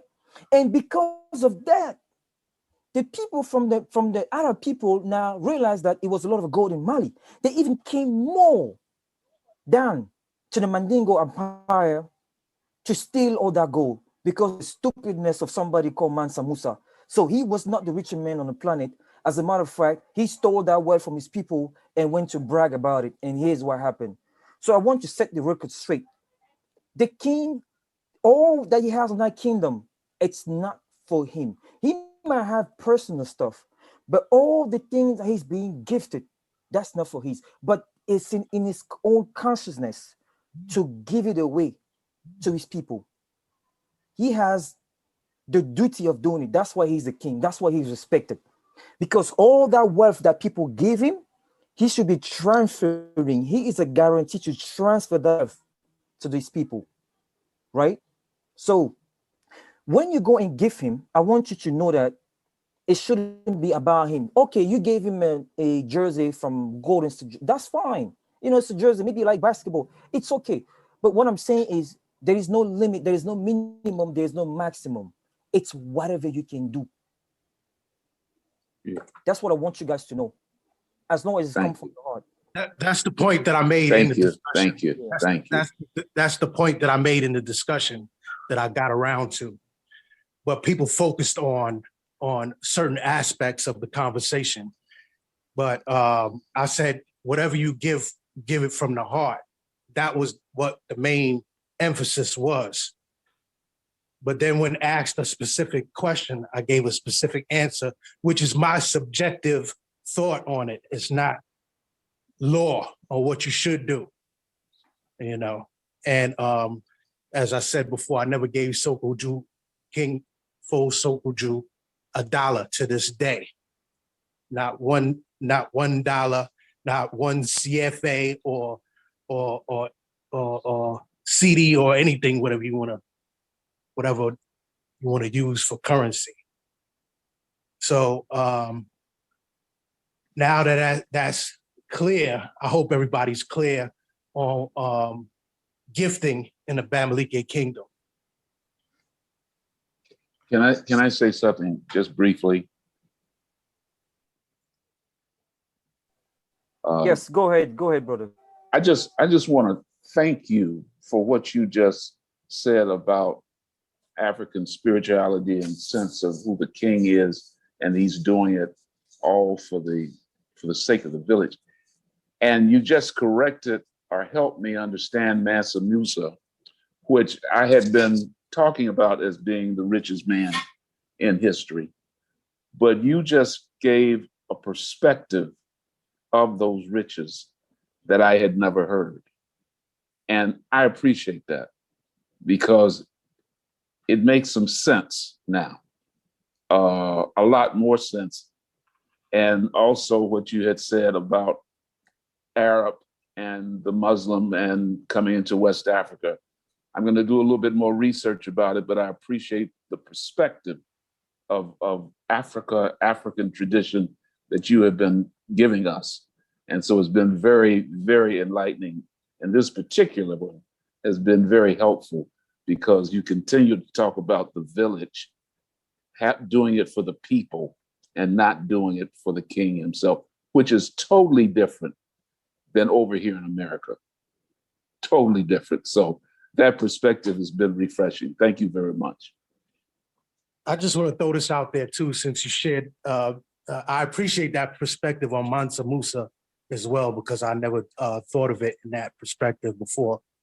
But what thought popped in my mind too about the Bamiléké, a particular Bamiléké king asking for more money for the names or whatever. As I said before too, that was not firsthand information. It's possible that it could have been agreed upon that they was collecting it for the village and that wasn't enough. They felt maybe the notables and the king all agreed that they could have gave more.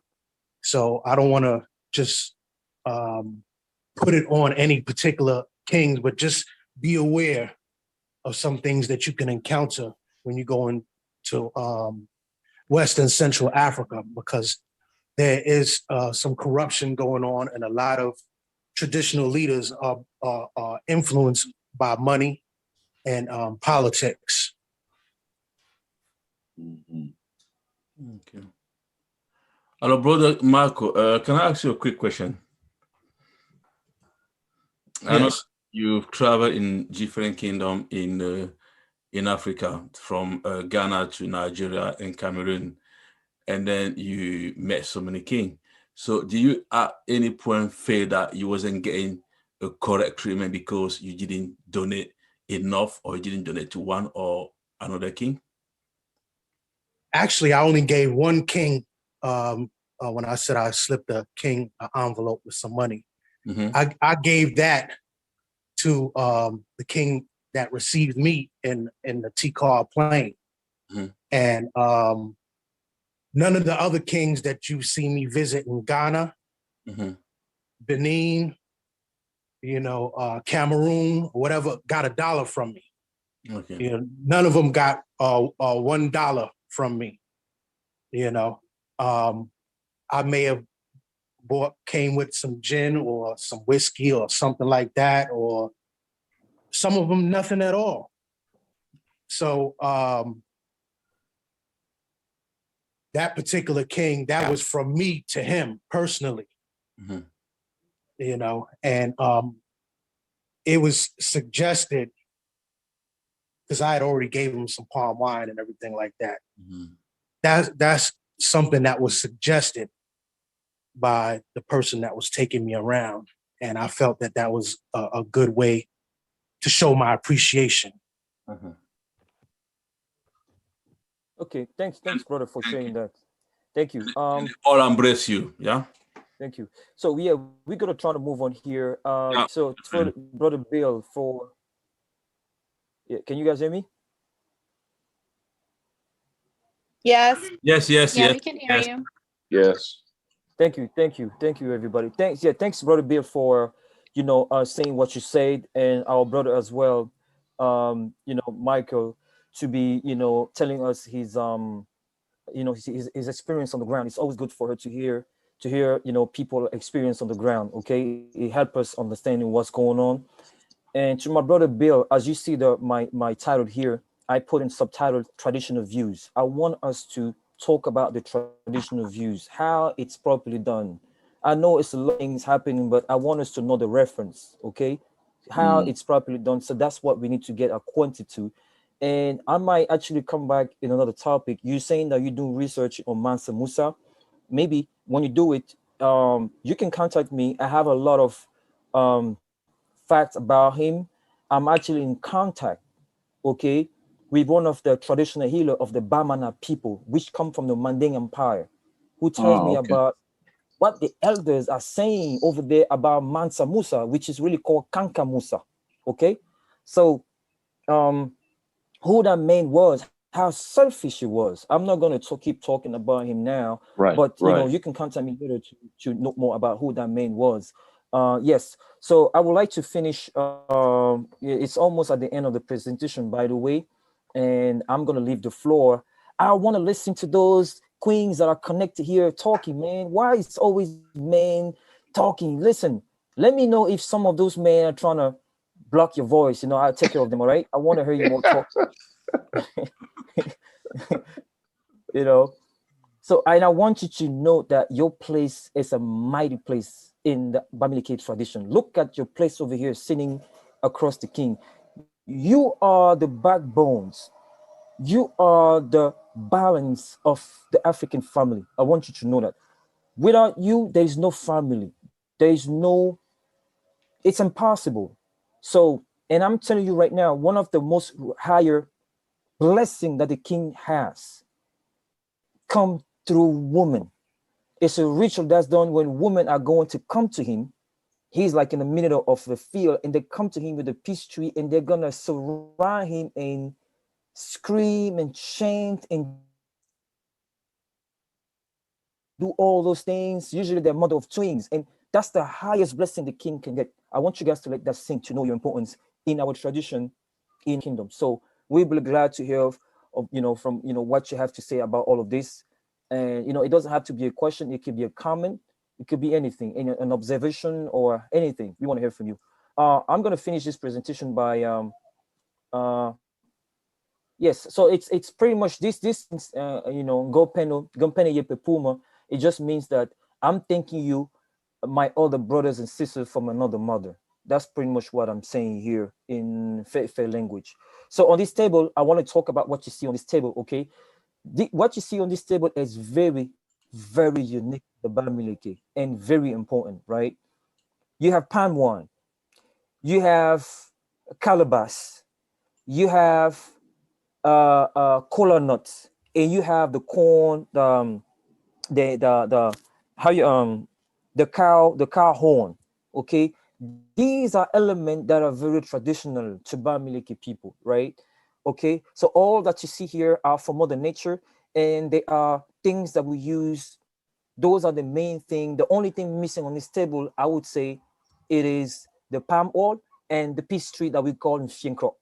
Okay, so but what you see on this table, it's really the basic element from nature that we use, whether through our rituals or even to perform whatever libation, to remember our ancestors, even during marriage, where we use a color note that serve as a seal, as a bound between our words and our commitment to the woman or the woman to the man. So thank you again.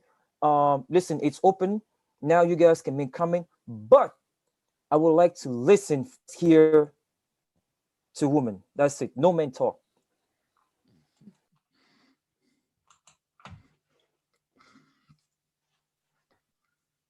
Hello. Hello, Hello. Princess Miko. It is true that I was not there, but I would like to add something concerning the fact of offering something or giving something to the king. What we have to know is that when you give to the king, you are not giving to the king, you are giving to the people. And I was discussing with some people the other day, they were saying, oh, how can the king be asking me to give him something? Or there are some kings maybe that can ask, but I try to tell them, when you go into a palace, almost every day when you arrive, the king is receiving people, giving something to drink, something to eat. Where do you think that those things come from? Then when you give, normally, as far as the Bamiléké tradition is concerned, when you go into a palace and you're hungry, the king or the people into the palace have no right to refuse you food. When you want to sleep, it is compulsory for them to get you a place to sleep. So when you go into a palace and you give something to the king, don't say that, oh, I've given a bottle of wine, I've given maybe an envelope, I've given maybe a pair of shoes to the king. Maybe if it is a dress, the king will wear the dress. But when you give money, it is not for him, it is for the people and you. Because when he's receiving you, even if he's just giving you a cup of wine, that glass of wine is something that the other person brought to him. That is what I would like people to put in mind, that when I go into the palace and I give something to the king, I'm giving to my ancestors, I'm giving to my brothers and sisters, I'm giving to the community. That's all. Thank you, Princess. Yeah, that was just another precision as far as in that topic, that boiling topic. It's a very boiling topic of how to properly gift the king, why he's gifted, and pretty much emphasizing the reason that it's not really for him. It shouldn't be about him. It's about his people. Okay, so yeah, I would like to acknowledge. Wait, I think she left already. Yeah, but we have our brother Matthew here, Matthew Simons. Are you there, man? Is that your first time to the chat? Yes, it's my first time partaking of a Zoom with y'all, and I'm glad to be here. Yes, thank you, bro. It's a pleasure, man. As I say at the beginning, nobody here is a professor, and we all sharing knowledge and stories to each other. And feel free, if you have any question, any comment, you can always ask or make your point. Okay. I just wanted to say, ever since I took my DNA test, I took several, but I was more concerned about finding my direct lineage. So I took African ancestry, and as a result, it led me here, the Bamiléké people. So I want to learn all I can about it. And someday I want to travel really pretty soon to the village. I plan on doing that. I also want my original name and give up the slave master's name. That's it. Yes, sir. This is the place to kind of get acquainted to who they are before you even go.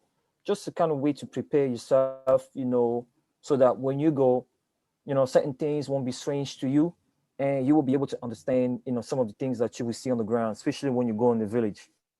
So yeah, feel free, do your own research, and educate yourself on that, because I think it's all about self-determination. It comes down to it pretty much. A lot of this knowledge, some of them can be found by doing some research and doing some good filtering, but a lot of it also is going to be gathered by people who practice these things, like some of us that are helping on this group chat. We are putting all this effort to you guys to help you have a smooth transition or understanding of the long time lost tradition. And I think I don't even think it's lost. It's always in you. It just needs to be awakening. That's it. I think it's been always there.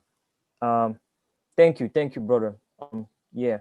So, Thank you. Sister Avanti, yeah, I see see Nakia Nakia. Scott. Nakia, Yes, oh, yes. I am pleasure to have you. actually not of the, I'm sorry, you were speaking. No, I was just saying it's a pleasure to have you with us today. Yes, I am happy to be here. I'm actually not of the Bamiléké tribe. I am of a Massa. But I saw this on here today, so I wanted to join because I'm interested in learning, not only about the Massas, wherever, in Cameroon. So I am just here to learn and soak up knowledge. Thank you for having me. You are very welcome. Like we say in faith in chat siwa, meaning that there is no problem at all. There is no problem. You're welcome. Now, can you repeat what tribe you say you are traced to? Massa, which is northern Cameroon. Massa. That's going towards Marwa. Yes. Up just closer to Nigeria. So yes, they far north. Exactly. Yes. They're very close to Nigeria. So they're actually the Massa people. Okay. And before they had the referendum, and then that part went to Nigeria. So some of the Massa are actually in Nigeria, some are in Cameroon. Yeah, but and I understand some of the Massa are across from Chad. Exactly. Yes. Definitely, yeah, exactly, yeah. Okay. I think I'm gonna ask Professor Amadou. I think he may be from that area because he's from the far north of Cameroon. So there's a possibility that he may be, because he actually is a professor in Marwa. So he normally in our chat as well. So I can actually send you his detail, and then he's going to be able to give you a lot of information about the Massa. And then, that will be perfect. Yeah.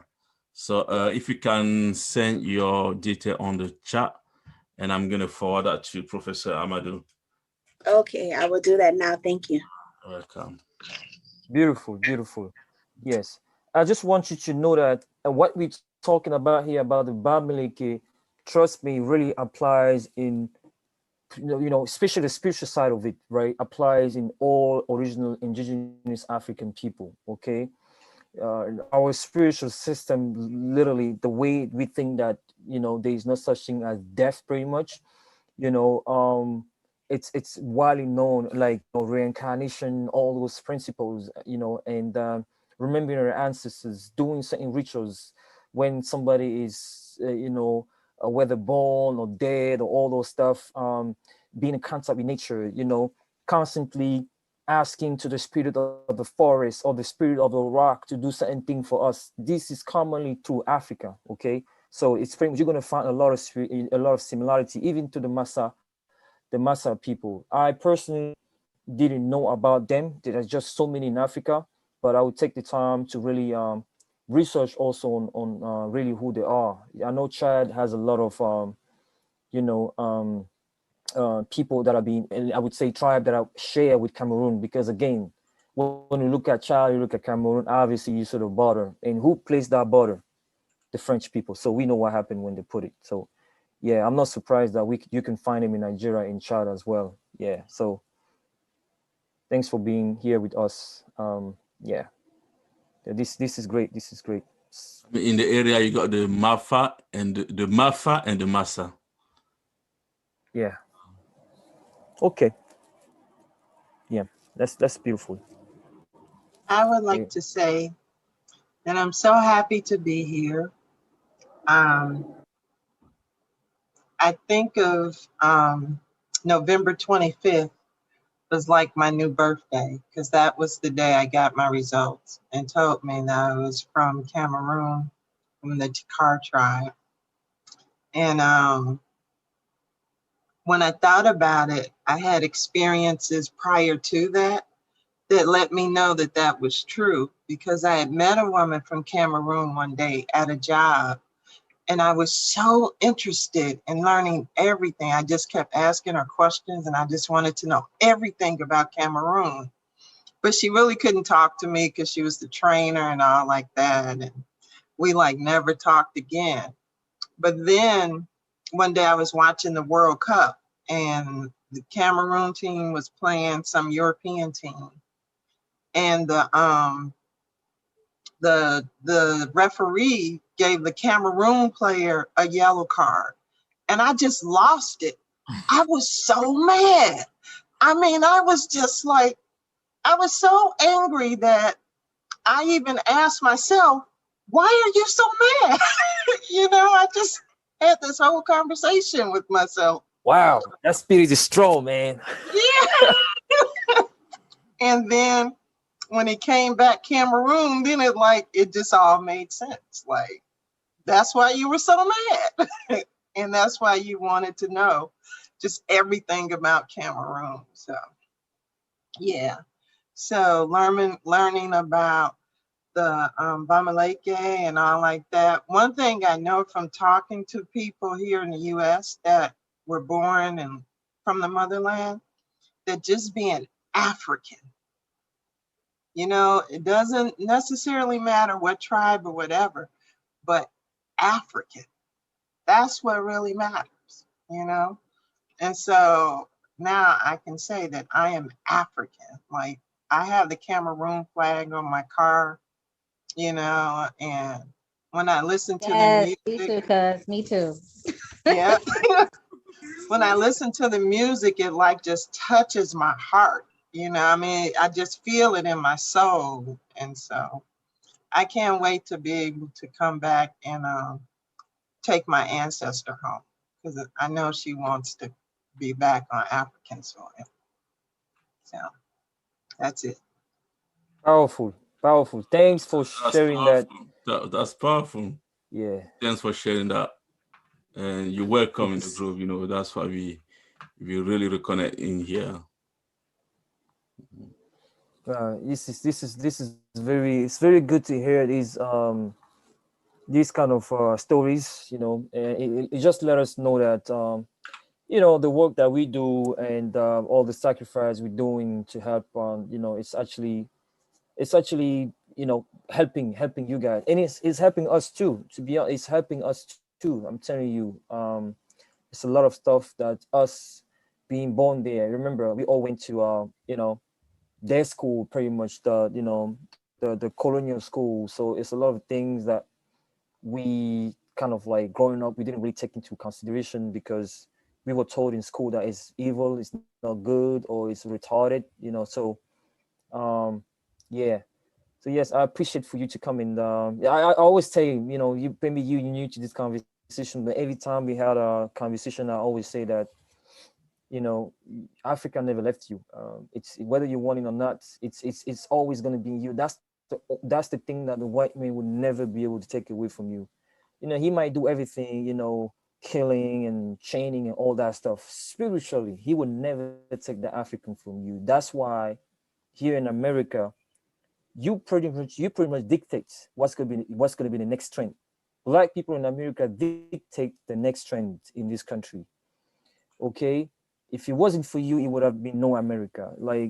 And then that's because the Africanity that you have, that's still in you. The way you talk, the way you eat, the way you dance, all that stuff. It never left you. So we're very glad to see you reconnecting like this and be proud, and together we're going to go back to that greatness. I know it might not be my lifetime, but we're going to pave the way for our children to be going back to that greatness, man. Yeah, that's our duty. So I appreciate that. Yeah, Sister Avanti, you want to say something, man? What is a Cameroonian flag? What Cameroonian dishes do you cook already? Yeah, I have them. I have my flags in my car. And what dishes? Yeah. Let's see. I love making eru. Oh.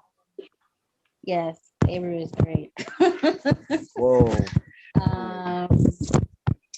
What else? I make tomato stew with fish. And the beans. I make beans and rice with the plantains. Wow. What else have I made?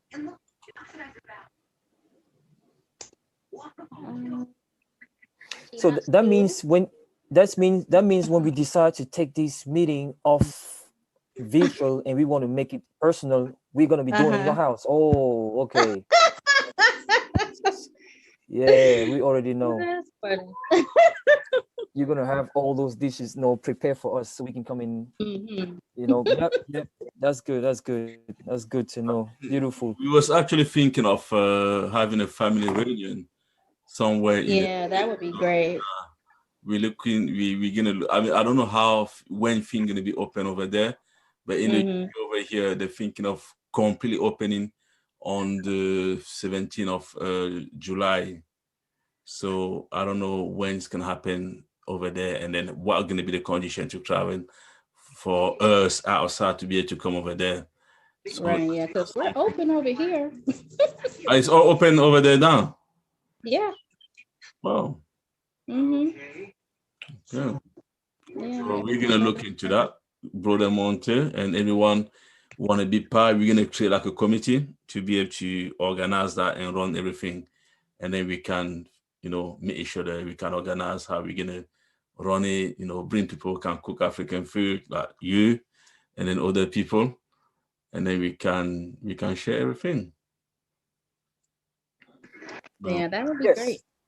Yes, eventually we will make something happen. We're not gonna keep this virtual like this. As Brother Monkam say, we're gonna try to put something together and decide, in a place here in the US where those who can, of course, can come in. We meet each other. That would be great. So, yeah.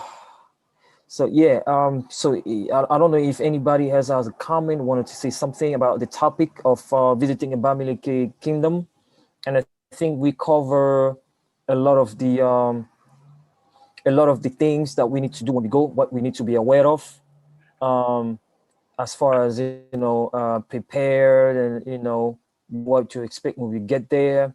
You might have somebody who takes you there, but I always say, even if I have somebody who takes me somewhere, I would like to know, educate myself on certain things too, because you never know that person who takes you there.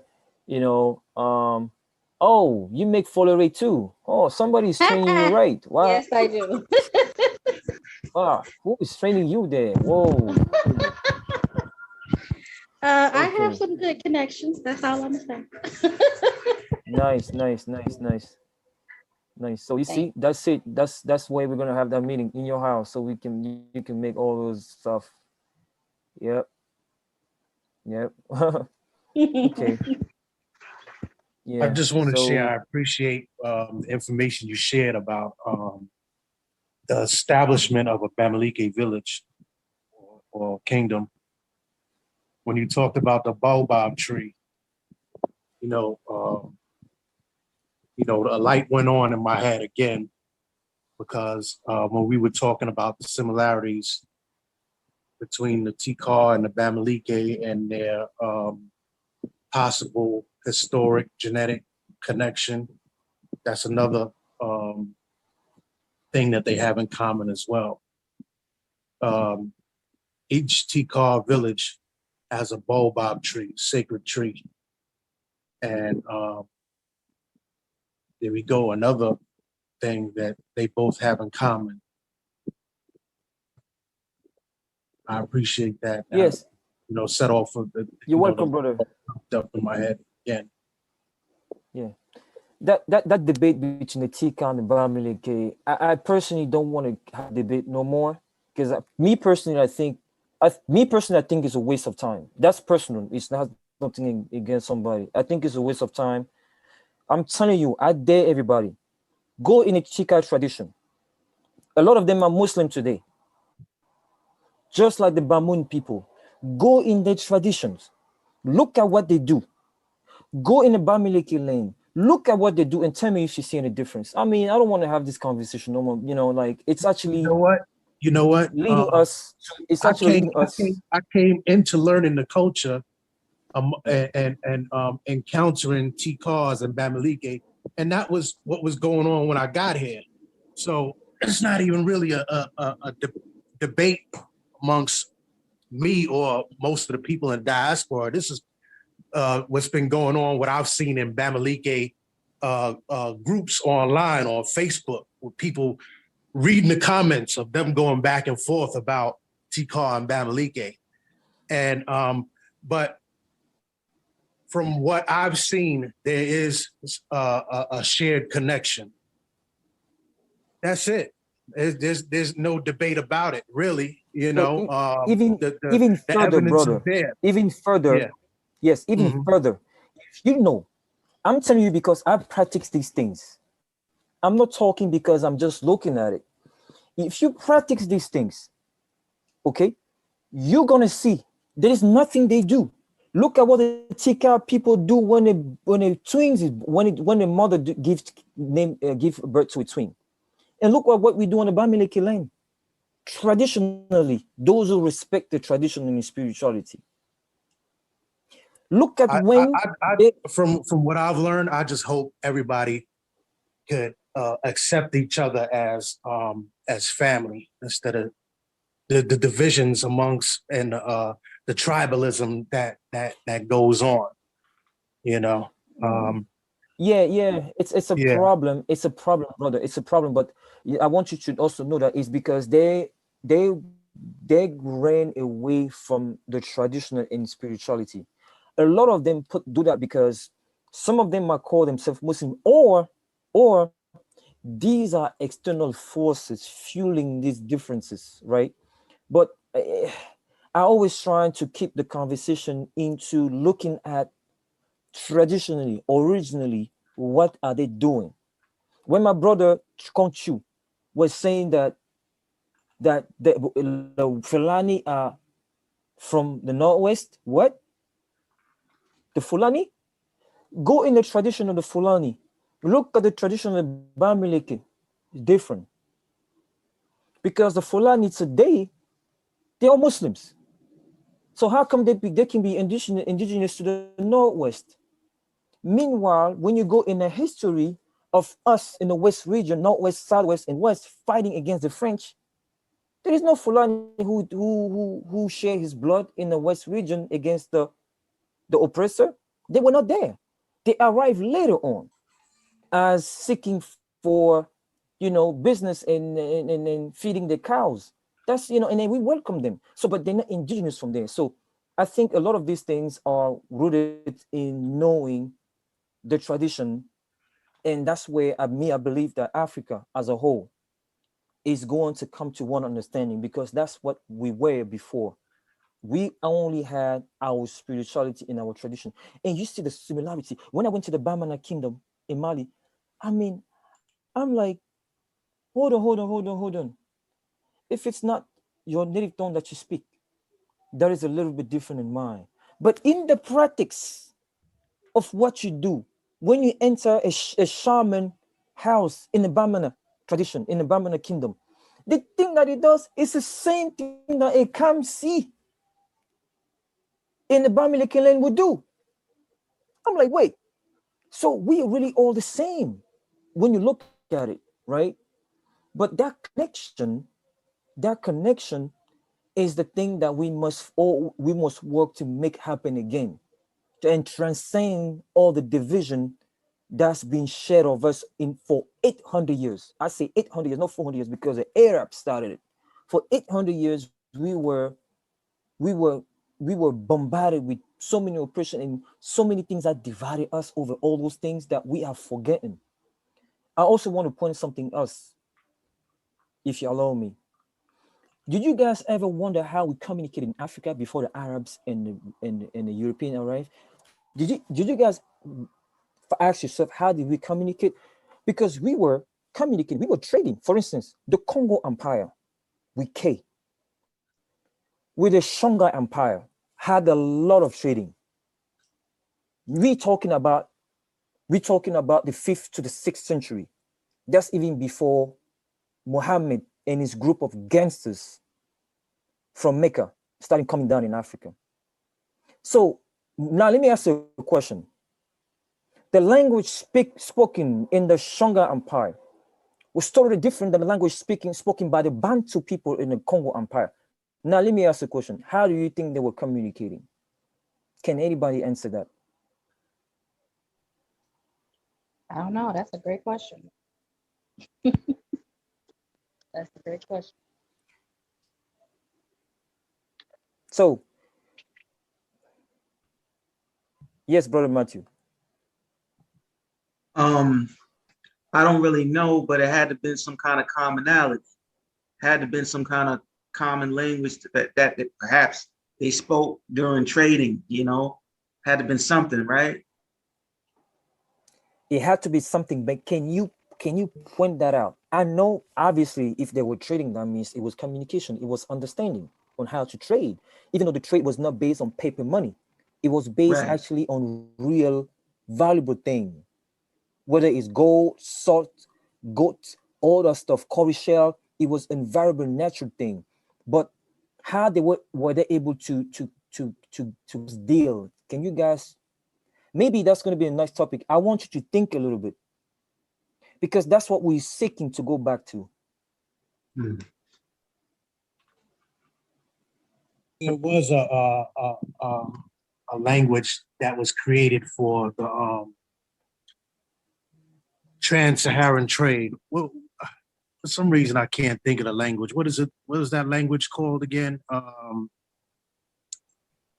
They use it in Kwanzaa. What's that language called again? Swahili. I mean, you might be Swahili. talking about Swahili. Swahili.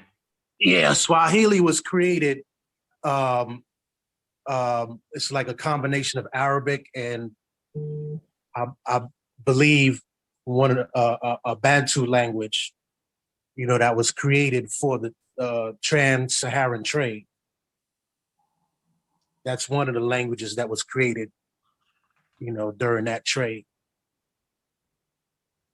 Yeah, maybe I can give my 2 cents on the topic. I think if you look at the Bamiléké area, for example, we have different dialects. You have the Baham speak a certain way, and the Bafang speak a certain way, but they're all related, all those languages. So the languages sometimes tend to change a little bit when people separate. So I think, I don't know the name of the language you were speaking exactly, but they were certainly speaking a common language that is related to the language spoken now. For example, Swahili is based on the Bantu language that was spoken in the area, and it evolved and became a trade language because there was interaction with the Arabs, and then you have the different Swahili states. So in Swahili, we have a lot of Arab words, a bit of European words, because the Portuguese came at some point, and you have some influence from that.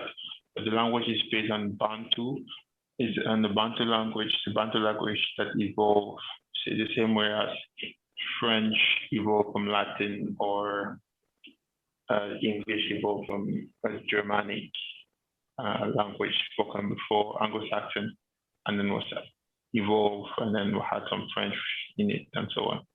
So I think language evolves, and I was considered that in that time they were speaking a language that is related to the language spoken now, but was certainly a bit spoken differently before, maybe.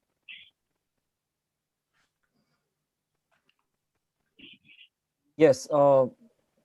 Thank you, brother Boris. Yeah, what you're saying is it's interesting when you see all those similarities and you know, between those close borders, you know, these tribes being created, and sometimes, yes, you're right. They might have different, I would say, similarity when they speak, and somebody might understand what they mean, and they'll go from there. They will build from there, right?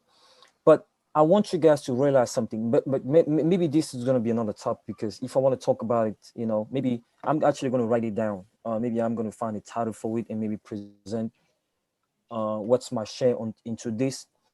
But really, what you guys don't realize is that back then, it was one spirituality for Africa.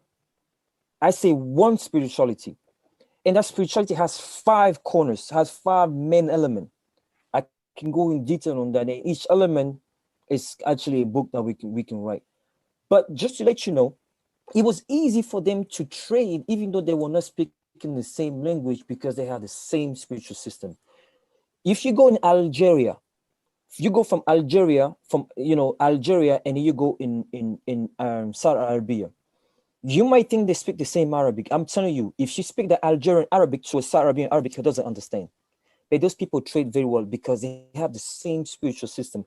There are things that they do because they have a vision of life. They have their vision, or I would say the relationship to nature and life. It's the same the consciousness of the insane is kind of the same thing. Therefore, connection happen. I'm telling you, this is so powerful. You have no idea. So because of that, for instance, I'll give you a figure that for you to understand. I'm Bamiléké, right?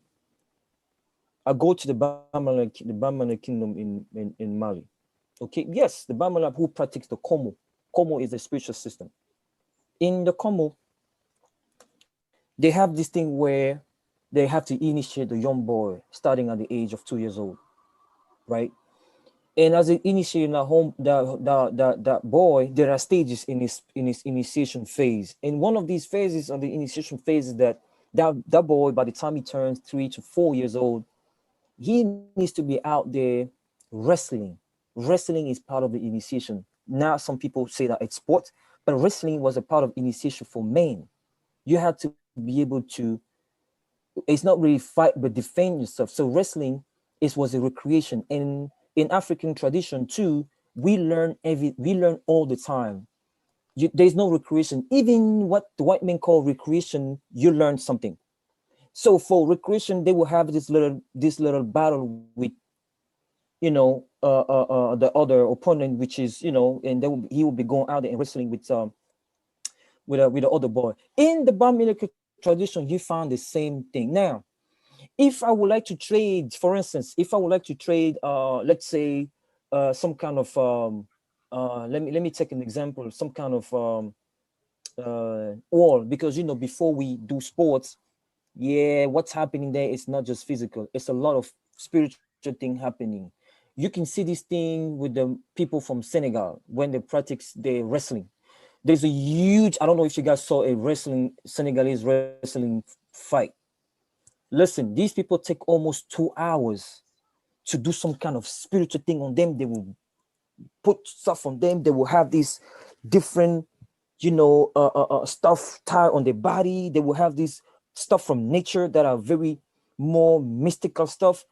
And it will be a whole ritual. Like you will see the team from one fighter going to the stage and doing these rituals to make sure that the spirit of the opponent does not dominate the other one. So it's a spiritual battle before the physical battle, right? And for that, we use some element from nature. I might bring, for instance, I might bring some kind of like roots from this tree that I just don't know the name in English. And when this guy from the Bamala tribe is going to see it, he's going to know what is that. And he understand what I'm about to trade. And because he know what it is, because he know what's used for, therefore he might say he knows the value of it. He's going to offer me whatever he thinks is valuable equal to that. Now, also what he's going to offer me, because we always trade, I want you to know everything that we trade was coming from nature. Even if we were making something, it had to be made from nature and respectively from nature, right? So he might actually say, okay, if you give me these roots, which I use to make some of my compound spiritual thing or spiritual protection for my boys, okay, I might give you, I don't know, I might give you this I would say spear, or I might give you this other herbs that you use to do something else. But now when I see, I'm like, okay, well, this herb, all right, I use this for this type of ritual, I use this for this type of celebration. Okay, I think it's valuable. And I just say, okay, that's what's happening. And we trading. So we don't necessarily have to speak the same language. That's why spirituality is very important, brother.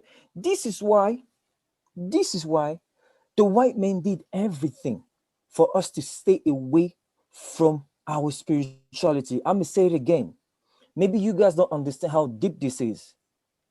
This is why he did everything so that we believe that our masks were evil.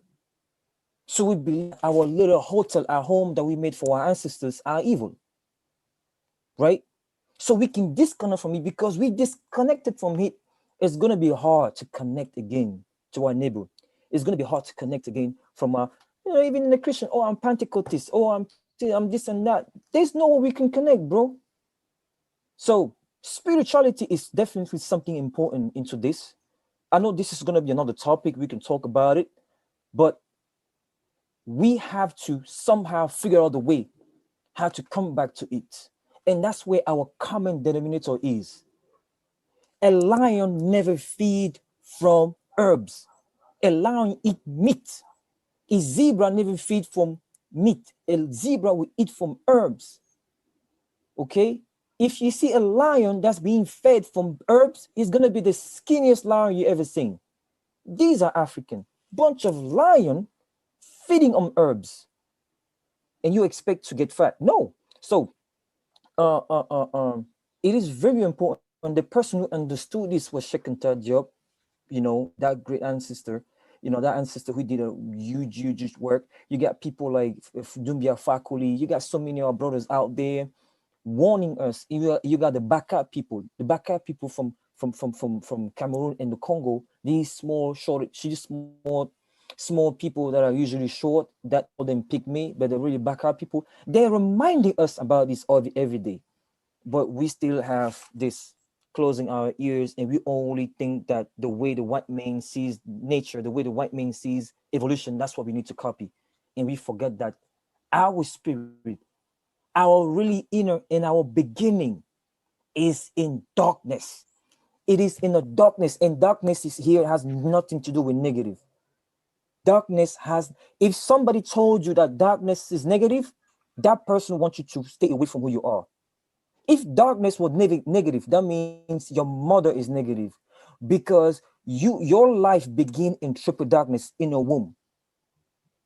That mango that you eat, that sugar cane that you eat, that food that you eat came from earth.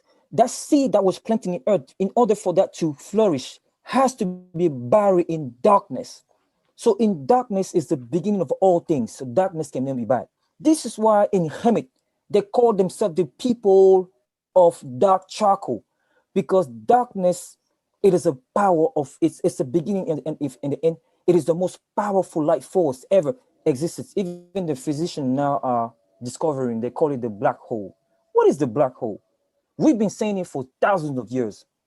Okay, so it's not until we go back into that we're going to come back to really the essence of who we are and become great again. So I know this is not a topic, but I wanted to get this out.